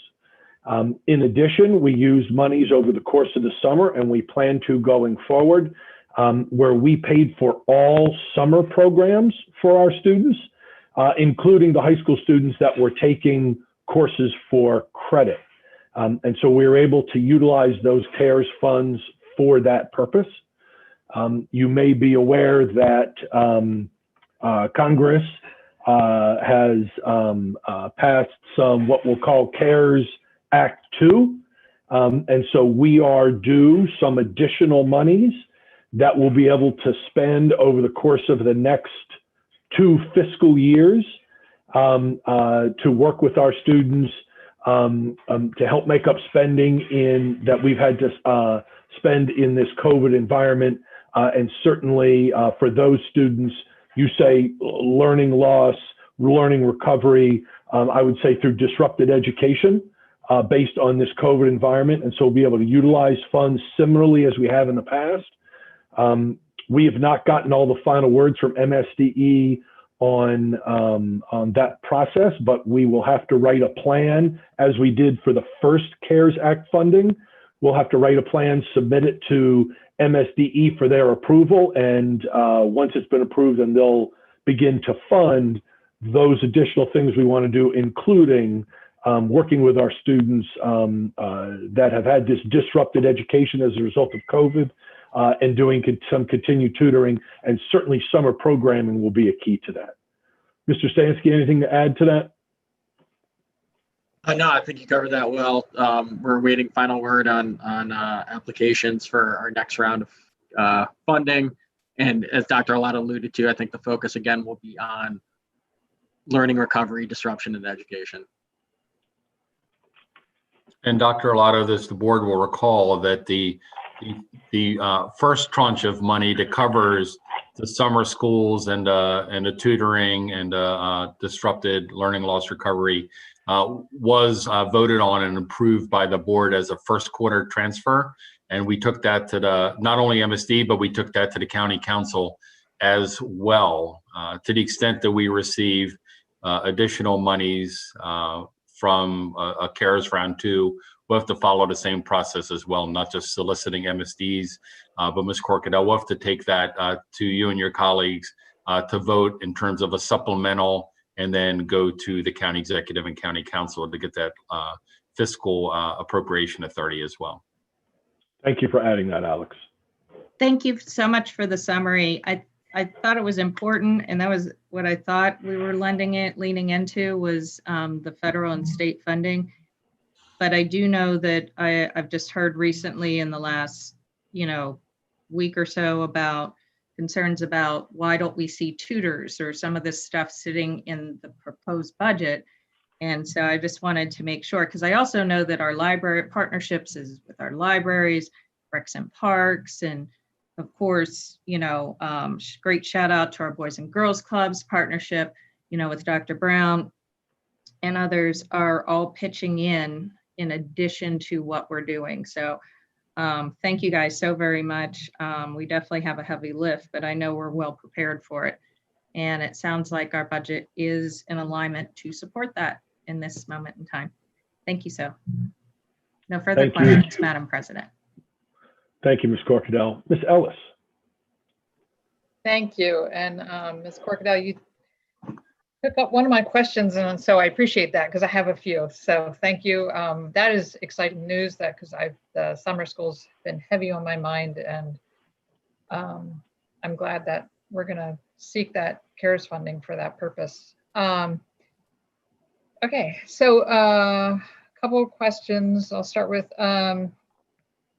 So if the blueprint override happens, I've heard that maybe the funding impact might be more slowly walked in because of the economic circumstances. My concern is if that package is passed, the override happens, could there be mandates within the blueprint legislation that are actually going to tie up some of our money for mandated spending? So in other words, we work on our budget, and we're thinking one way based on the projections that are before us, but then this legislation passes. Do we suddenly have to put some of our spending into other areas because of the mandates? Sure. So the answer to that is potential. I mean, potentially, yes, right? I'm answering a hypothetical with a speculative. So there's just so much yet remains to be seen. I mean, honestly, is there an override, right? And then what adjustments? I mean, there can be adjustments in really three arenas, Ms. Ellis. One adjustment may just be timeline or time frame for these different implementation milestones or phase-ins, and that might be an affordability factor. The second adjustment could be to requirements, right? So what is actually the requirement? And that's going to come with the third part of it, Ms. Ellis, is the who is paying for this requirement, right? And that is probably going to come into three different flavors. There's probably going to be some of it that the state is just going to be willing to pay all of it. There is some of it that may be a matching kind of requirement, but it's optional. Matching but optional means there's some local control, some local decision-making opportunities, right? But there's the chance for the third one. It could be required, but not optional. And to the extent that it's required, but not optional, and contains a funding obligation, a mandate on the county government, that really leads to two answers. Either the county government potentially would be faced with the prospects of maybe giving us additional revenue or resources, or yes, we may have to re-examine and redeploy our existing resources to redirect them towards either a mandate that we have no choice, or a softer mandate that we may have some opt-in or election capacity in, if that helps any. Right. So some of that could be, let's say, additional accountability, that we have to do more reporting and tie up resources. to be able to answer that accountability, right? So Very good example.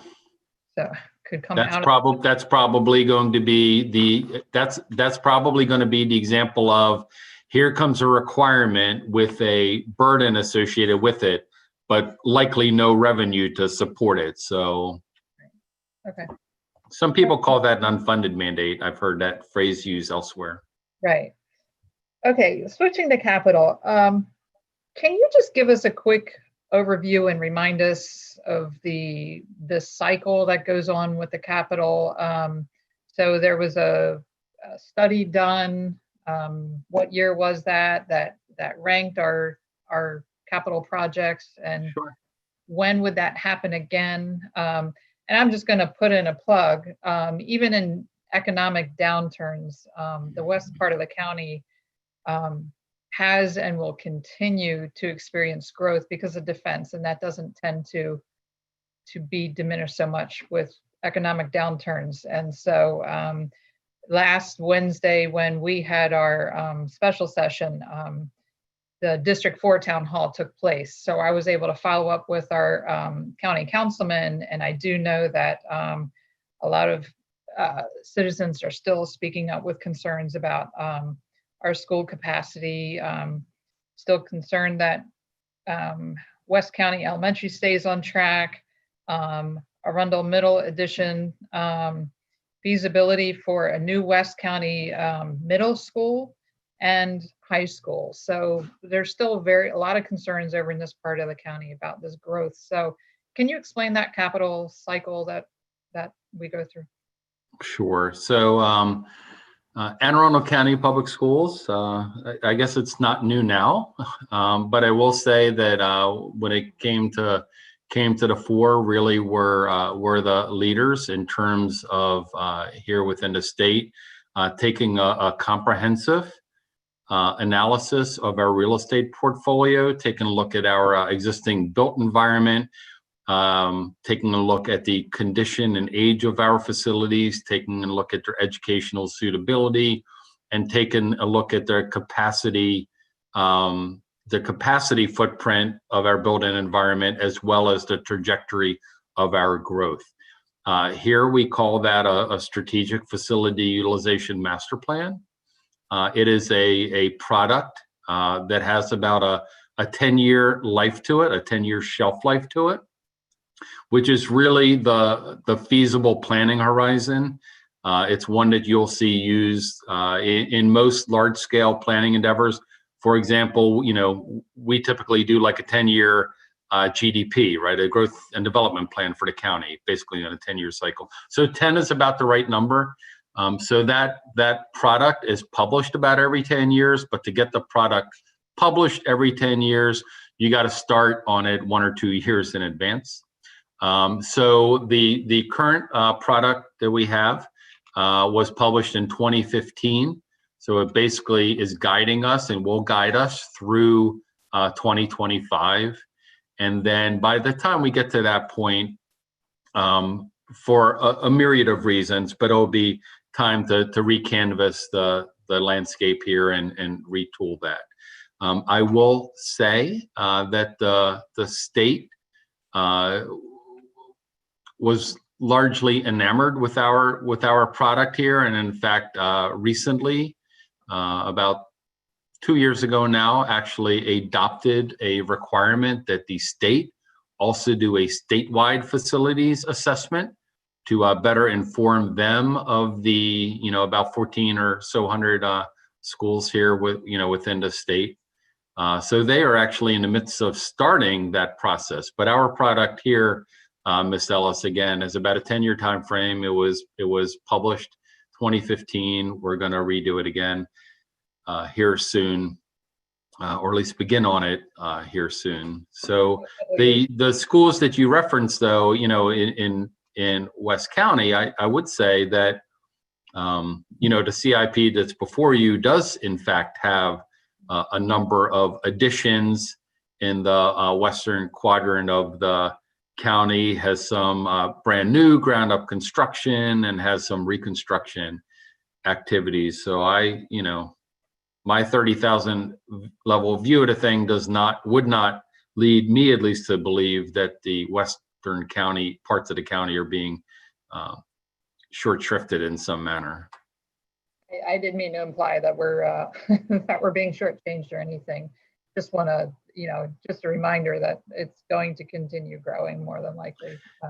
And the one thing yes, absolutely, because it is, and we all know that, because that's really the targeted growth area. I mean, the county's general development plan, and this is maybe more for others watching, Ms. Ellis, than maybe for your benefit, because I know you're intimately familiar with it. But I mean, if you take a look at the 4 quadrants of our county, South County is on purpose designated to remain largely more rural, more agricultural, more undeveloped in nature. The eastern quadrant of our county is so heavily impacted in a beautiful and positive way, but so heavily impacted by environmental restrictions associated with the many bays and rivers and tributaries and all the coastline that we have there. The north part of our county is, other than maybe some of the areas directly around the airport, is largely developed. It's fully built out. There's not really much capacity for greenfield development. So going all the way back really to County Executive Janet Owens, when she, coined that the Gold Coast is the phrase she used to use back in the early 2000s. The West County area really has been the area slated for growth by our development and zoning decisions, not made by this board at all. These are decisions made by the county, but it has been the focus growth area.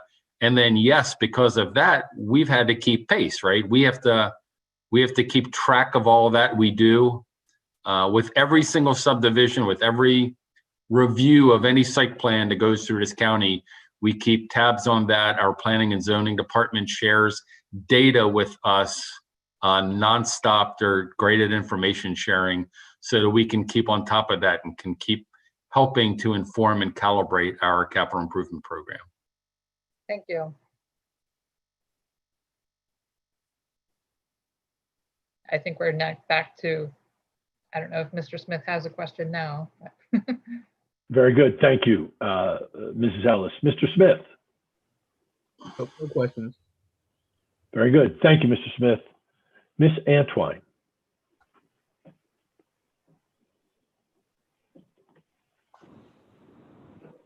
Thank you, Dr. Arlotto and Mr. Technopoulos, again for these explanations and for expounding on much of what I would have asked this round, to include what Ms. Corkadell talked about, and that was something you and I have brought up together before as well, is the student enrichment opportunities utilizing the CARES Act for that purpose. So, not a question, but a clarification.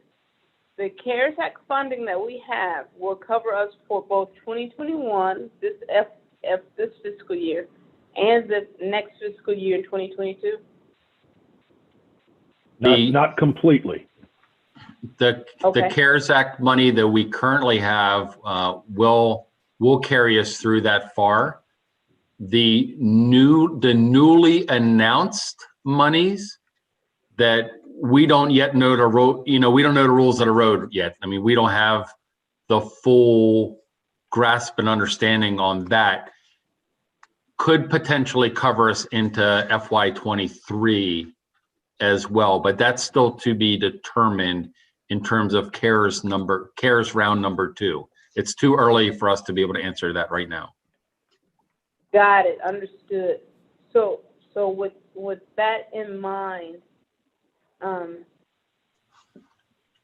the enrichment opportunities that the middle schoolers and secondary and high schoolers rather that they're receiving currently, that could continue through FY2022.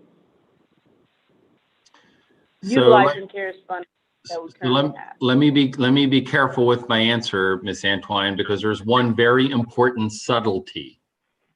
And that subtlety is that to be eligible for CARES funding, our offerings, our programs have to be able to be linked to the pandemic phenomenon and the learning modality, et cetera. So I'm going to make up two completely random made up examples for you, okay? I mean, say at Meade Middle School, we've had an art program that's Thursday art club. Every Thursday after school, we have art club and kids can sign up to art club. And that's been there for like 9 years, right? We can't now all of a sudden take those existing costs and transfer that over. Because we offered that before pandemic. That wasn't caused because of the pandemic. But say, for example, we say, you know what, the art club is so successful, let's start a new math club. We've never done math club there. And we think the math club is going to help the middle school youngsters more quickly get up to speed on math and catch up with, you know, the peers and everything. I think we could have a good chance at being able to construct that argument, but we cannot replace funding for what we previously did that was pre-pandemic and on things that we cannot articulate very clearly how it is a result of the pandemic. Hopefully that helps you a little bit. And it helps tremendously. And that's just for the CARES Act. So if there's a possibility, especially with a few vetoes coming down the line and maybe some more changes once the governor announces his budget tomorrow, there will be possible additional funding for learning, as it's been phrased, learning loss and learning recovery. And I wrote down, I like what Dr. Arlotto, the phrase he used, I wrote that down, that disrupted learning due to COVID. So I'm anticipating that. I just don't want us to be caught up with not budgeting and requesting it because we're depending on an entity that we believe will come through. And that was the reason for the clarification and the emphasis. Also, as you know, I've been reaching out to you guys about these particular issues and wanted to understand how to shape possible motions for the board if necessary. So thank you for that. Then may I talk to you about the maintenance of effort and the funding costs per student? Are they one and the same? Does one influence the other? So yes and no. So the maintenance of effort funding is the by law minimally prescriptive amount of monies that a local county government funds on a per student basis. The local county government each and every year has the option of funding us above maintenance of effort. Okay. Any year they can fund us above, they just cannot fund us below. So if they fund us exactly at maintenance of effort, exactly at that number, Miss Antwine, then our dollars per student doesn't change by a single penny. But if the county elects voluntarily to fund us above maintenance of effort, then yes, the dollars per child in that case will go up. Okay, and then so the chart that you showed us with almost 10 years of state structure per student, when we lost 1,000 students or so, based on what I'm looking at, we would still be between 7,000 and 8,000 per student if the state allowed. Is that calculation correct? So if that's basically if everybody decides to hold us harmless and not penalize us for this temporary reduction in students, between the state and the county, we could very easily lose $21 million in revenue if both the state and the county government decide to fund us at the mathematically minimal amount of dollars that they possibly could. And if that was in fact the case, Again, our dollars per student wouldn't decline, but the overall revenue that the school district has to work with would be $21 million less. And $21 million can buy a lot of things. So we would have to cut a lot of things to find a way to make up the $21 million somewhere. Yes, sir. Understood. Thank you. Then finally, it's just a comment, not necessarily a question. I should say a compliment to Dr. Tobin. I love the idea about getting a view from the cluster level up. I really think that is going to support how we shape the budget moving forward, especially for this for per district, so that we can come in and make more specified motions based on the needs of the districts as well as the entire system. So thank you for that. Outside of that, that's all I have, and I'm looking forward to a great budget year despite all constraints. President Ellis, if you do a third round, I'm good for the evening. Thank you, Ms. Antwine. Mr. Silkworth. Yes, thank you, Dr. Arlotto. I just have a couple of very brief questions and then a comment.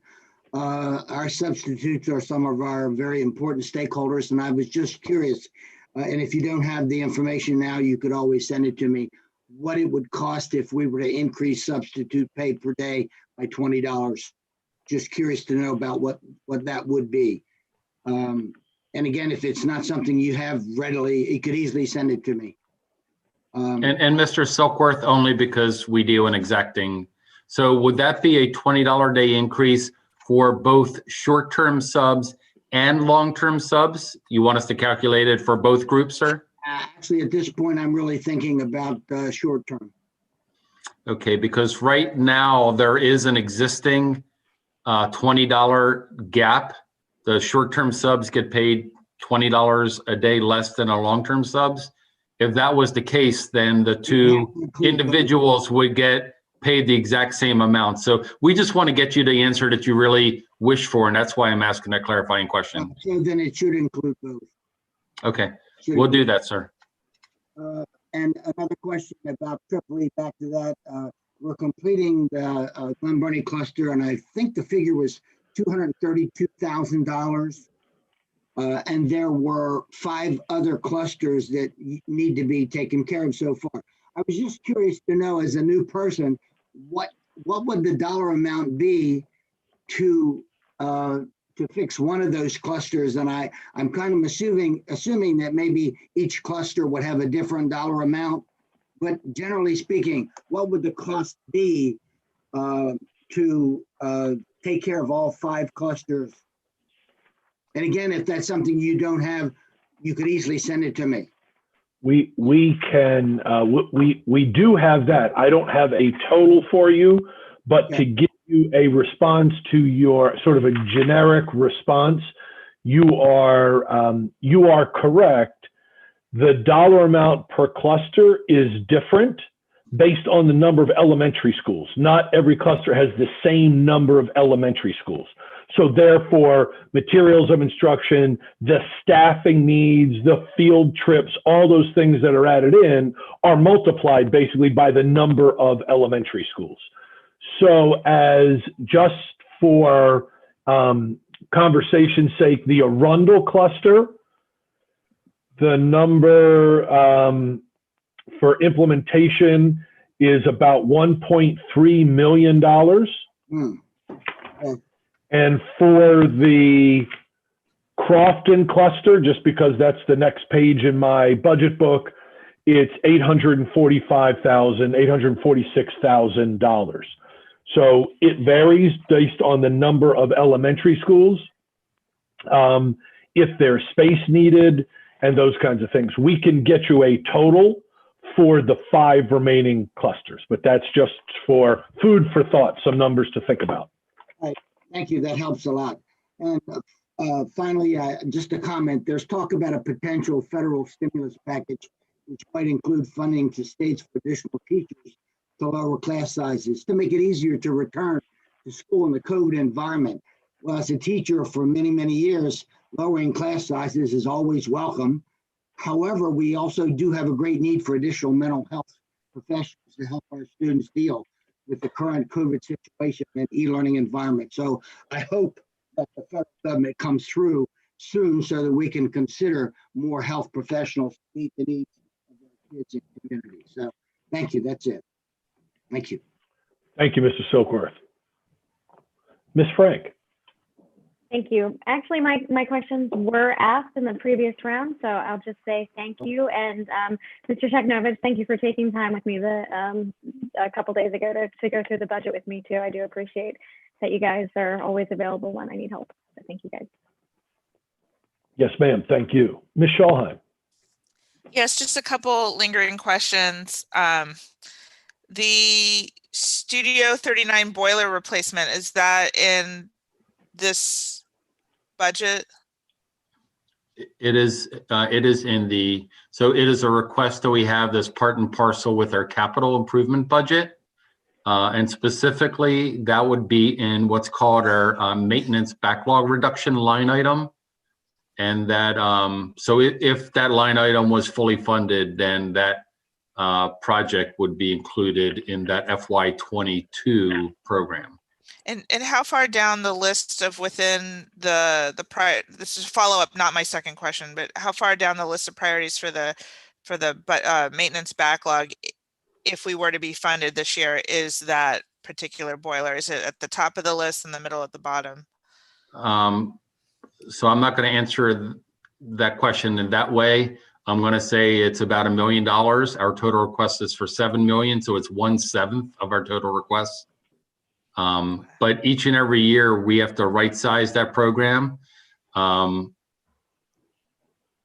know, some years we ask for $7 million, Ms. Schalheim, and we only get 2 or 3 million.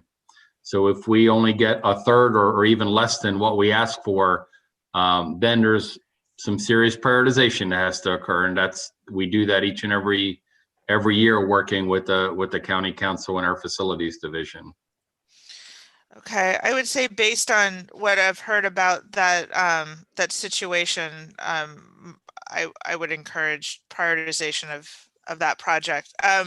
We've also, Ms. Shaw, I'm not to interrupt you, I'm sorry, but just so you know, we've also had conversations with the city, and I know some of the residents there have also approached the city government as well as their state officials to see if there were any opportunities for any grant monies from either the city or the state, because that certainly, as you know, could potentially prime the pump and maybe incentivize the local county government to potentially come up with the matching funds, because it wouldn't be as heavy of a lift for the county government. So again, within your circle of influence, if you have an opportunity to sort of throw the good word in, some kind of grant opportunity might be out there.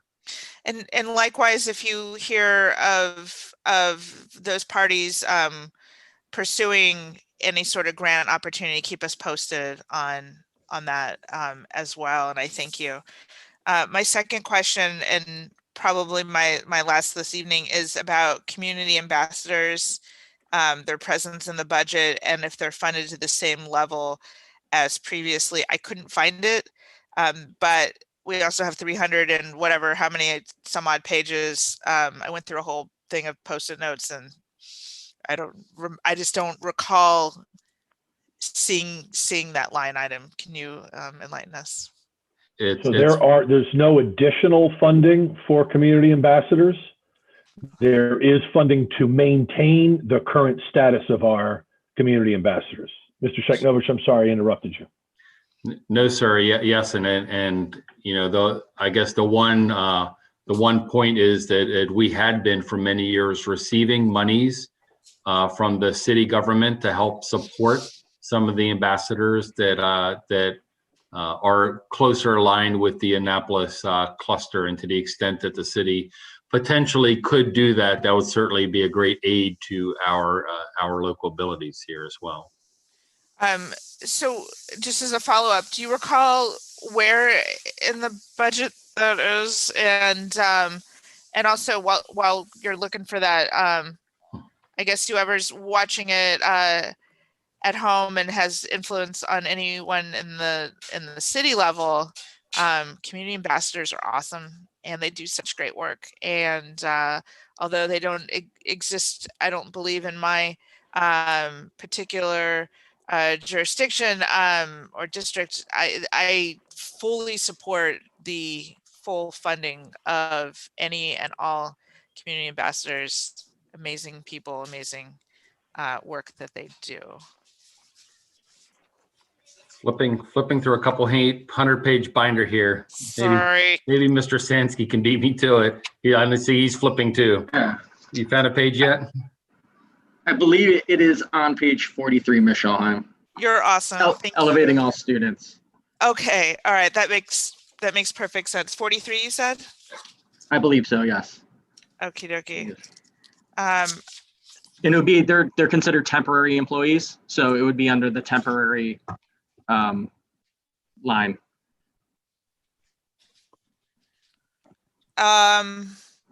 Right, yeah, they're under the leadership of Dr. Gillens, Mr. Stansky, so that appears to be correct. Yeah. So they're under aid non-instructional temp? Correct. Okay. And that dollar figure is where they're paid out of the 269,000.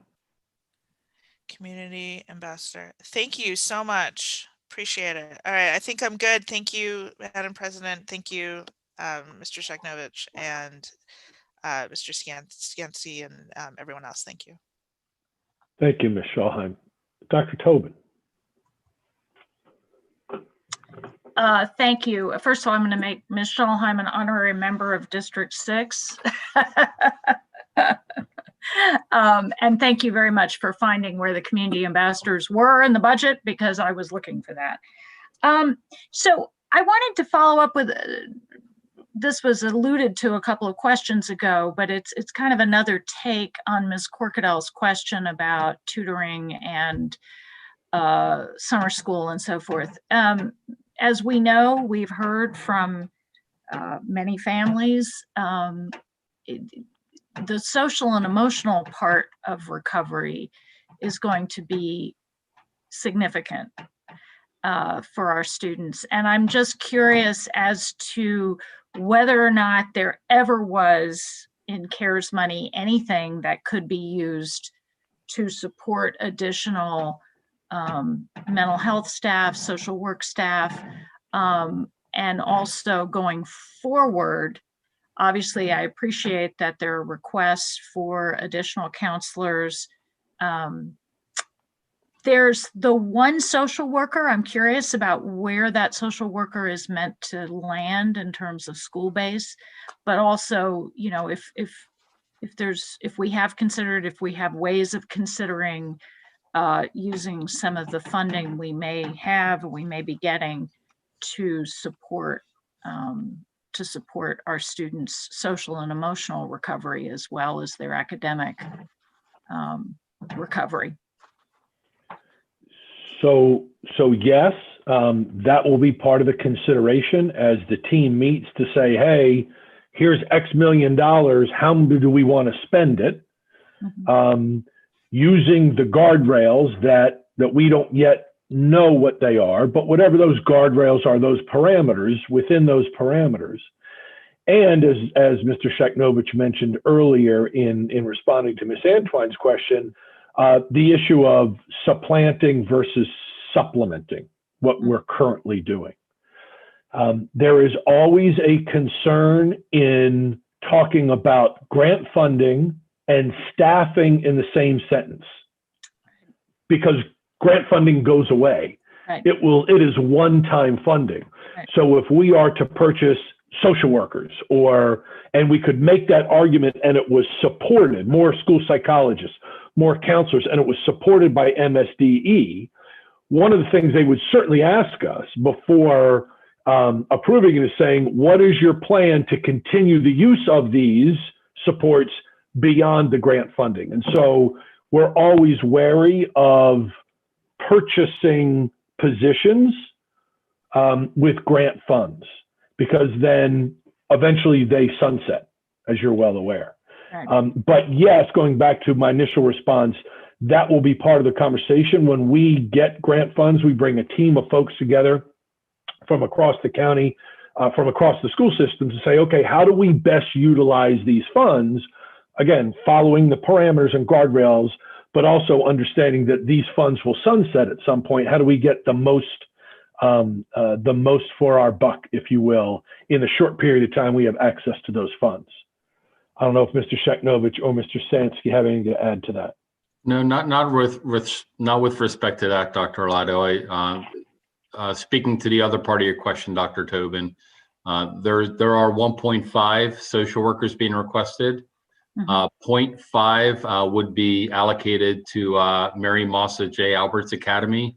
That position, as I spoke earlier, already exists, but it can no longer be covered under the funding mechanism that pre-existed this conversation. So in order to not remove or curtail those service levels, we want to maintain it, and that's that piece of it. The other social worker is countywide. So our social workers operate on a referral or a caseload type model. So it would be a resource that would referral requests come in for, and then the social workers basically and a supervisory team work in collaboration with the rest of the social emotional team to sort of divide and conquer that caseload to provide the proper supports in the requisite locations. And as you can well imagine, right, it's transient, right? It moves. So those kind of resources do need to be fluid and dynamic to be able to follow the needs as they occur, when they occur across the county. So they are not resident specifically in a building and embedded within a building exclusively for the most part, because that eliminates the nimbleness that we need to continue to meet the social emotional needs, again, as they happen, when they happen, and where they happen. Just to clarify, I mean, I know, for example, at Annapolis High, we have a bit of a difficulty because we have a social worker at the 2 feeder middle schools, right? So we have one at Bates, one at Annapolis Middle, both of whom are building based. Those 2 sets of caseloads go to one social worker who I believe is building based at Annapolis High. And so there's currently, and has been for a while, a real overload for that one social worker at Annapolis High. So am I to understand that the county-wide social worker you're describing is a slightly different category, but could, for example, be available to back up the caseload of the Annapolis High social worker? Is that the intent? So I'll answer your questions in reverse. So the answer to your question number 2 is absolutely yes. The new social worker can pick up caseload at Annapolis High School or South River or Arundel or Crofton or wherever that need occurs. Going back to your first question, it's interesting. So yes, there are schools that have a high enough demand or prevalence that, for lack of a better word, that social worker is almost entirely or almost exclusively occupied by that school. It still is a countywide resource, Dr. Tobin, but on a practical basis, it's more efficient to have that person stationed at that facility, knowing their students, and certainly it's better to have maybe a stabilized force or influence there instead of maybe having 3 or 4 different pickup bits and pieces here and there, coordination wise. So some of our schools, as you indicated, do have a much more stable presence, but that's the way it appears. It still is a countywide service. It's just that their caseload fully justify that many hours attributable to that facility. Okay, that's helpful. Thank you very much. And then also a question about the computer science specialist. So again, is this a county-wide resource, or is this a building-based specialist? It's a county-wide resource, and this would be an individual that would help develop curriculum and content, would help vet instructional resources, textbooks, software, other things, and also go out and offer professional development and modeling and leadership in those schools as they try to up their offering in computer science, instructional, informational technology, cyber, et cetera. But it's a central office position that spends part of their day in the central office building and part of their day out in the field supporting schools. Again, I'm asking because it's my understanding, for example, that there is a computer science teacher at, I think, Broadneck, for example. At Annapolis High, we don't have one. And so the only option is an online class, which I've heard a lot of families have had a lot of frustration with. So I'm wondering if there's any thought to actually, for all the reasons you outlined, that this is clearly a very important topic right now, and an area where we really need to offer all students, as many students as possible, the opportunities to really study this. If there's any thought down the line of adding to the actual in the building teachers who are teaching this material, so it's spread out around among, all the high schools, for example. So yes, this is. So I want to say a couple things in response to that question or comment, Dr. Tobin. So this position, consider it another curricular area like science and math and English and social studies and art and dance and music and the like. We have folks at the central office level that support the writing of curriculum, making sure that curriculum is that the content standards are being covered, writing curriculum, writing and producing professional development in that curricular area, and going out and doing coaching and classroom observation of that curriculum content. We've never had anybody doing that in computer science, if you can believe that. We've not had a department of computer science. Exactly. Wow. Yeah. So we have attempted with some past budgets to start to build this out. We currently have one person that is split between computer science and another curricular area. Right. This half position will give us one person focused on the computer science curriculum. And over time, we hope to build that to two or three people that can do this work across the county. That then speaks to, by having that, we can then help build programs at other schools, right? So we could go in and assist the principal at Annapolis High School and say, if there's a desire, we will help you build a computer science program. Once you build the need, then you hire the teacher. Right. So the Annapolis High School principal is welcome to hire a computer science teacher now. He can call with his staffing, he can call HR and say, I want to start computer science, but there has to be a need. And many times we can go and help the school build that need and desire to build a program, which then you would hire teachers in to support that. So this position is related to that in-school concern that you mentioned. Great. So it's kind of the seed you have to plant to some extent. Absolutely. And to know that there is that support there for those teachers. Great. Well, that's great. I think that covers most of my questions for tonight. Thank you so much to all of you. This has been tremendously helpful. Yes, ma'am. Thank you. Mrs. Corkadell. Thank you, Dr. Arlotto. I have no further questions, but thanks again for everything. Thank you. And Mrs. Ellis. Thank you. I have a few more questions, a couple more questions. I think by what I heard others say, this we'll be able to wrap it up here. So let me see. Luckily, some of my questions were covered. Thank you, colleagues. That one was covered. One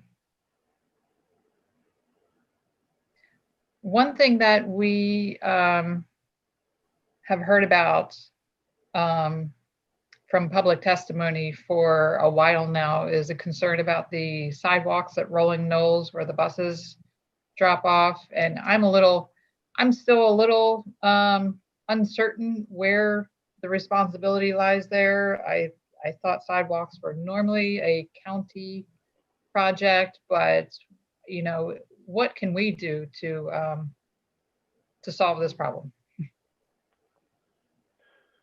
So I'll begin, and then certainly Mr. Sheknovich will jump in and correct me in all the mistakes that I make. But we build into the requested budget to the board $250,000 that we utilize. That is for that can be utilized for sidewalks, and much of that goes back to the county, because it is, in fact, to answer your question, a county responsibility to build sidewalks. We work with the county and the police department, Department of Public Works, and others agencies, departments within the county to identify areas that are contiguous to our school campuses, where we would also recommend, whether it's lighting along a streetway or it is sidewalks leading up to a school, one of our campuses. We sort of help keep a running list and encourage Department of Public Works to take on those projects.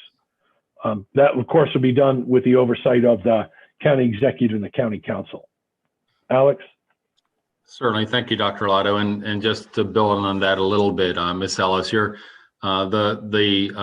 account or the funding that Dr. Arlotto referenced is not within our budget, so you're not going to find that anywhere within the budget documents that you have or that you are going to vote on.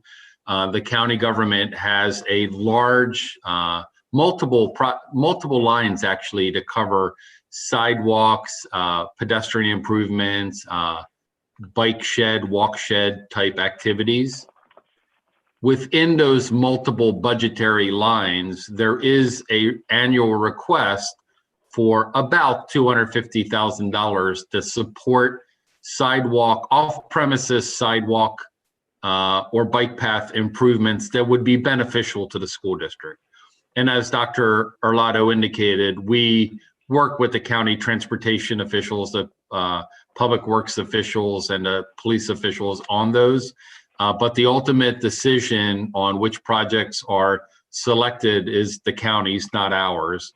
And it is the county's architects and engineers, the county's project managers, and the county's contractors, and not board purchasing, it's county purchasing, that actually discharges all of those activities that happen off of our property or that happen in the public roadway or in the public right-of-way. So as Dr. Arlotto alluded to, our ability extends as far as making requests, but beyond that, that's where our authority stops, and the rest of it is entirely under the purview of the county government.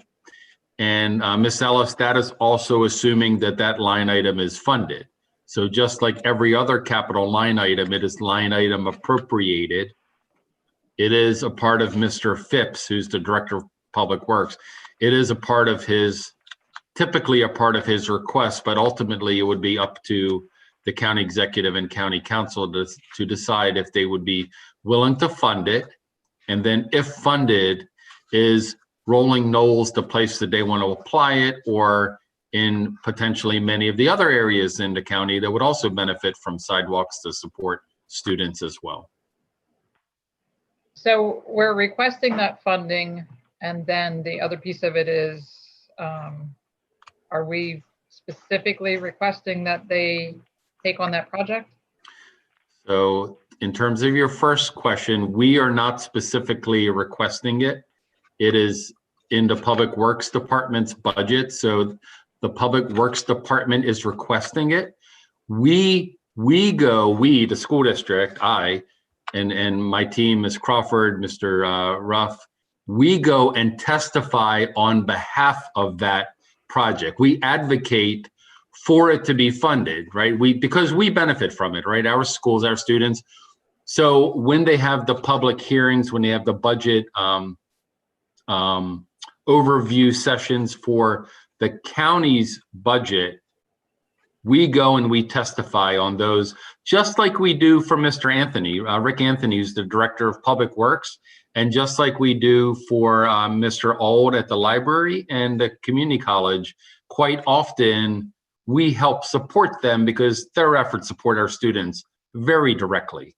So it is not our request, it is not our ask, but we do our best to try to encourage the powers to be to fund it. And then, yes, the county is already aware of this request, but again, you know, the county has a pretty long list of projects, and sidewalks, unfortunately, Miss Ellis, are pretty expensive. And so, you know, $250,000 by the time you design it, permit it, install it, and everything else that goes with it, that doesn't buy too many sidewalks per year. Thank you. I would encourage, Ms. Ellis, I would encourage, and I don't know the sequence of it, but there is an upcoming town hall. I hope maybe that one that Rolling Nose falls in. I don't have their schedule in front of me here this evening. I would hope that the individuals that came to testify to you would show up at town hall and advocate that evening. That would be a great use of their time and efforts. Great. I think Dr. Tobin's on it. Thank you. And so high school fields, if I recall, when we talked about start times, there was concern about lighting, that some high schools don't have 2 lit fields. Was that the concern? Some of our high schools do. So not all of our high schools even have 2 turf fields to start with. Okay. There's still some that are remaining without a second turf field.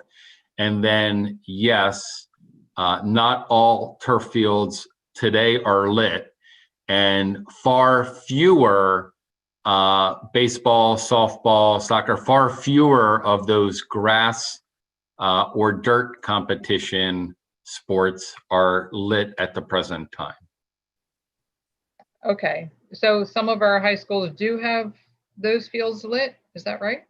Yes, ma'am. So it's all a matter of timing and which ones got grants and didn't. There's a long history to this, but yes, some of them are better positioned than others. So there are gaps across the county in terms of who does have fields, who doesn't, and who has lighting and who doesn't. So one way to accomplish that can be grants. That's been done before. Yes, ma'am. We've been very lucky. The state of Maryland, certainly under the leadership of Speaker Bush and Senator DeGrange when they were in leadership positions, and now more recently with Senator Beidel and Mr. Kerry, they are very good champions of providing grant funding for athletic-related projects on school property. And that is largely aided by the fact, Ms. Ellis, that remember, this is really a community asset. So I believe our General Assembly delegates and senators clearly know that this benefits not only us during the school day, but all of their constituents on nights, weekends, holidays, you name it. That's good information. Thank you. It's a good way to look at it. Appreciate that. And then finally, so I hosted a town hall. This was about school opening, and a lot of students, are asking to come back to school, and we went through that last week. But I had a student a high school student who said, am I going to be able to stay virtual next year because this is working so well for me? So we've talked about that in the past. School is a different experience for different students, and there are some students who are who are finding that this is great, this is really working for them. So Dr. Arlotto, that the virtual learning program of choice, is this how that will be accomplished? So can a student potentially, now that they're in virtual learning, simply stay in virtual learning if this budget, if this line item in the budget passes? You're on mute. I think the short answer is no. There are a number of moving parts here. So we want to get to a place where we, and this, what we've asked to be funded in this virtual schooling is to begin the process of building an Anne Arundel County virtual school, for lack of better terms, where students can remain in the virtual environment and graduate from the virtual environment, ultimately. We're not equipped to do that yet. And the state right now is not equipped to license us. I'm using that term very, very loosely, but license us to be a virtual school that awards full credits and graduations and diplomas. Right. MSDE is talking about that. They have a work group being headed by the Assistant Superintendent, Dr. Carol Williamson, who's doing this on behalf of Dr. Salmon. She's got a group of people, and they're looking at what would need to change in terms of COMAR and regulatory language and staffing and curriculum writing and supports at the state level, because we are all asking, all the 24 superintendents are asking for the same thing. We would like to continue to deliver full online instruction. So could a student remain fully online next year if we are back in school? The answer is no, not next year. We hope to build it for the future. And that's what this piece of funding is, to start that process while the state is doing their piece as well. Okay, so for a student who's in high school now, that's not too promising, but I guess such a student's only options would be homeschooling or the dual enrollment options. Correct, right. Homeschooling would be a primary option, and we would be bringing the homeschooling and this new virtual office under the same roof, because there are, as you well know, great synergies in that. Yep. So for next year, no, but for the future, that is our plan. So we would work with that student. Homeschooling would be an option. We have a number of, depending on the grade level of the student you're talking to, but in general, we have a number of a la carte choices that students can take classes from, whether it's the community college or advanced placement classes, MVLO, which is the Maryland Online Learning System. There are a number of places that students can take online courses, so we could help them build some of that, but they would not be able to complete all of their course of study in the virtual environment at this time. We're not equipped for that, but we're heading in that direction. So when we do get to a point where you have that all under one umbrella, the homeschooling and the virtual schooling, these could be funded.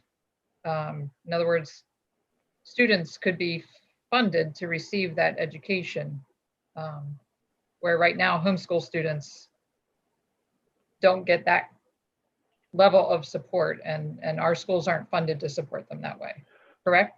Correct. They're not counted. Those students in our overall enrollment come off the top. They are not counted as part of our enrollment, those homeschooled students. And that number has increased this year for obvious reasons with regard to COVID. But our hope is to, and again, bringing those synergies together, a virtual school and homeschool, is to begin by building the virtual school for those homeschooled students to bring them back to us. And so that could be down the road a budget offset of the funds that we are not able to access because they're not counted in our enrollments. Great. That's very helpful. Thank you. I don't have any other questions. I think everyone said, and it is certainly, we certainly have gone gone on pretty late. And of course, there will undoubtedly be more questions that do come up, and we will continue to forward those to you through our. And absolutely, thank you. And the board sent several hundred questions to us. We are in the process of completing that, the budget team, and fine tuning those, and hope to get those to the board at the end of this week, if not the first of next week. But we've been able to complete the bulk of those several hundred questions that have been submitted thus far. That's wonderful. And Dr. Arlato and Mr. Cheknovich, and I certainly can't name everyone, but your team, I know what an incredibly busy time this is for you every year. You guys have been super busy this year trying to keep up with funding to help us through COVID too. So kudos to you all, and thank you so much for all that you're doing. Thank you. Thank you for taking the time to spend the evening with us. Thank you. And we'll see you all tomorrow evening for our 6 o'clock board meeting.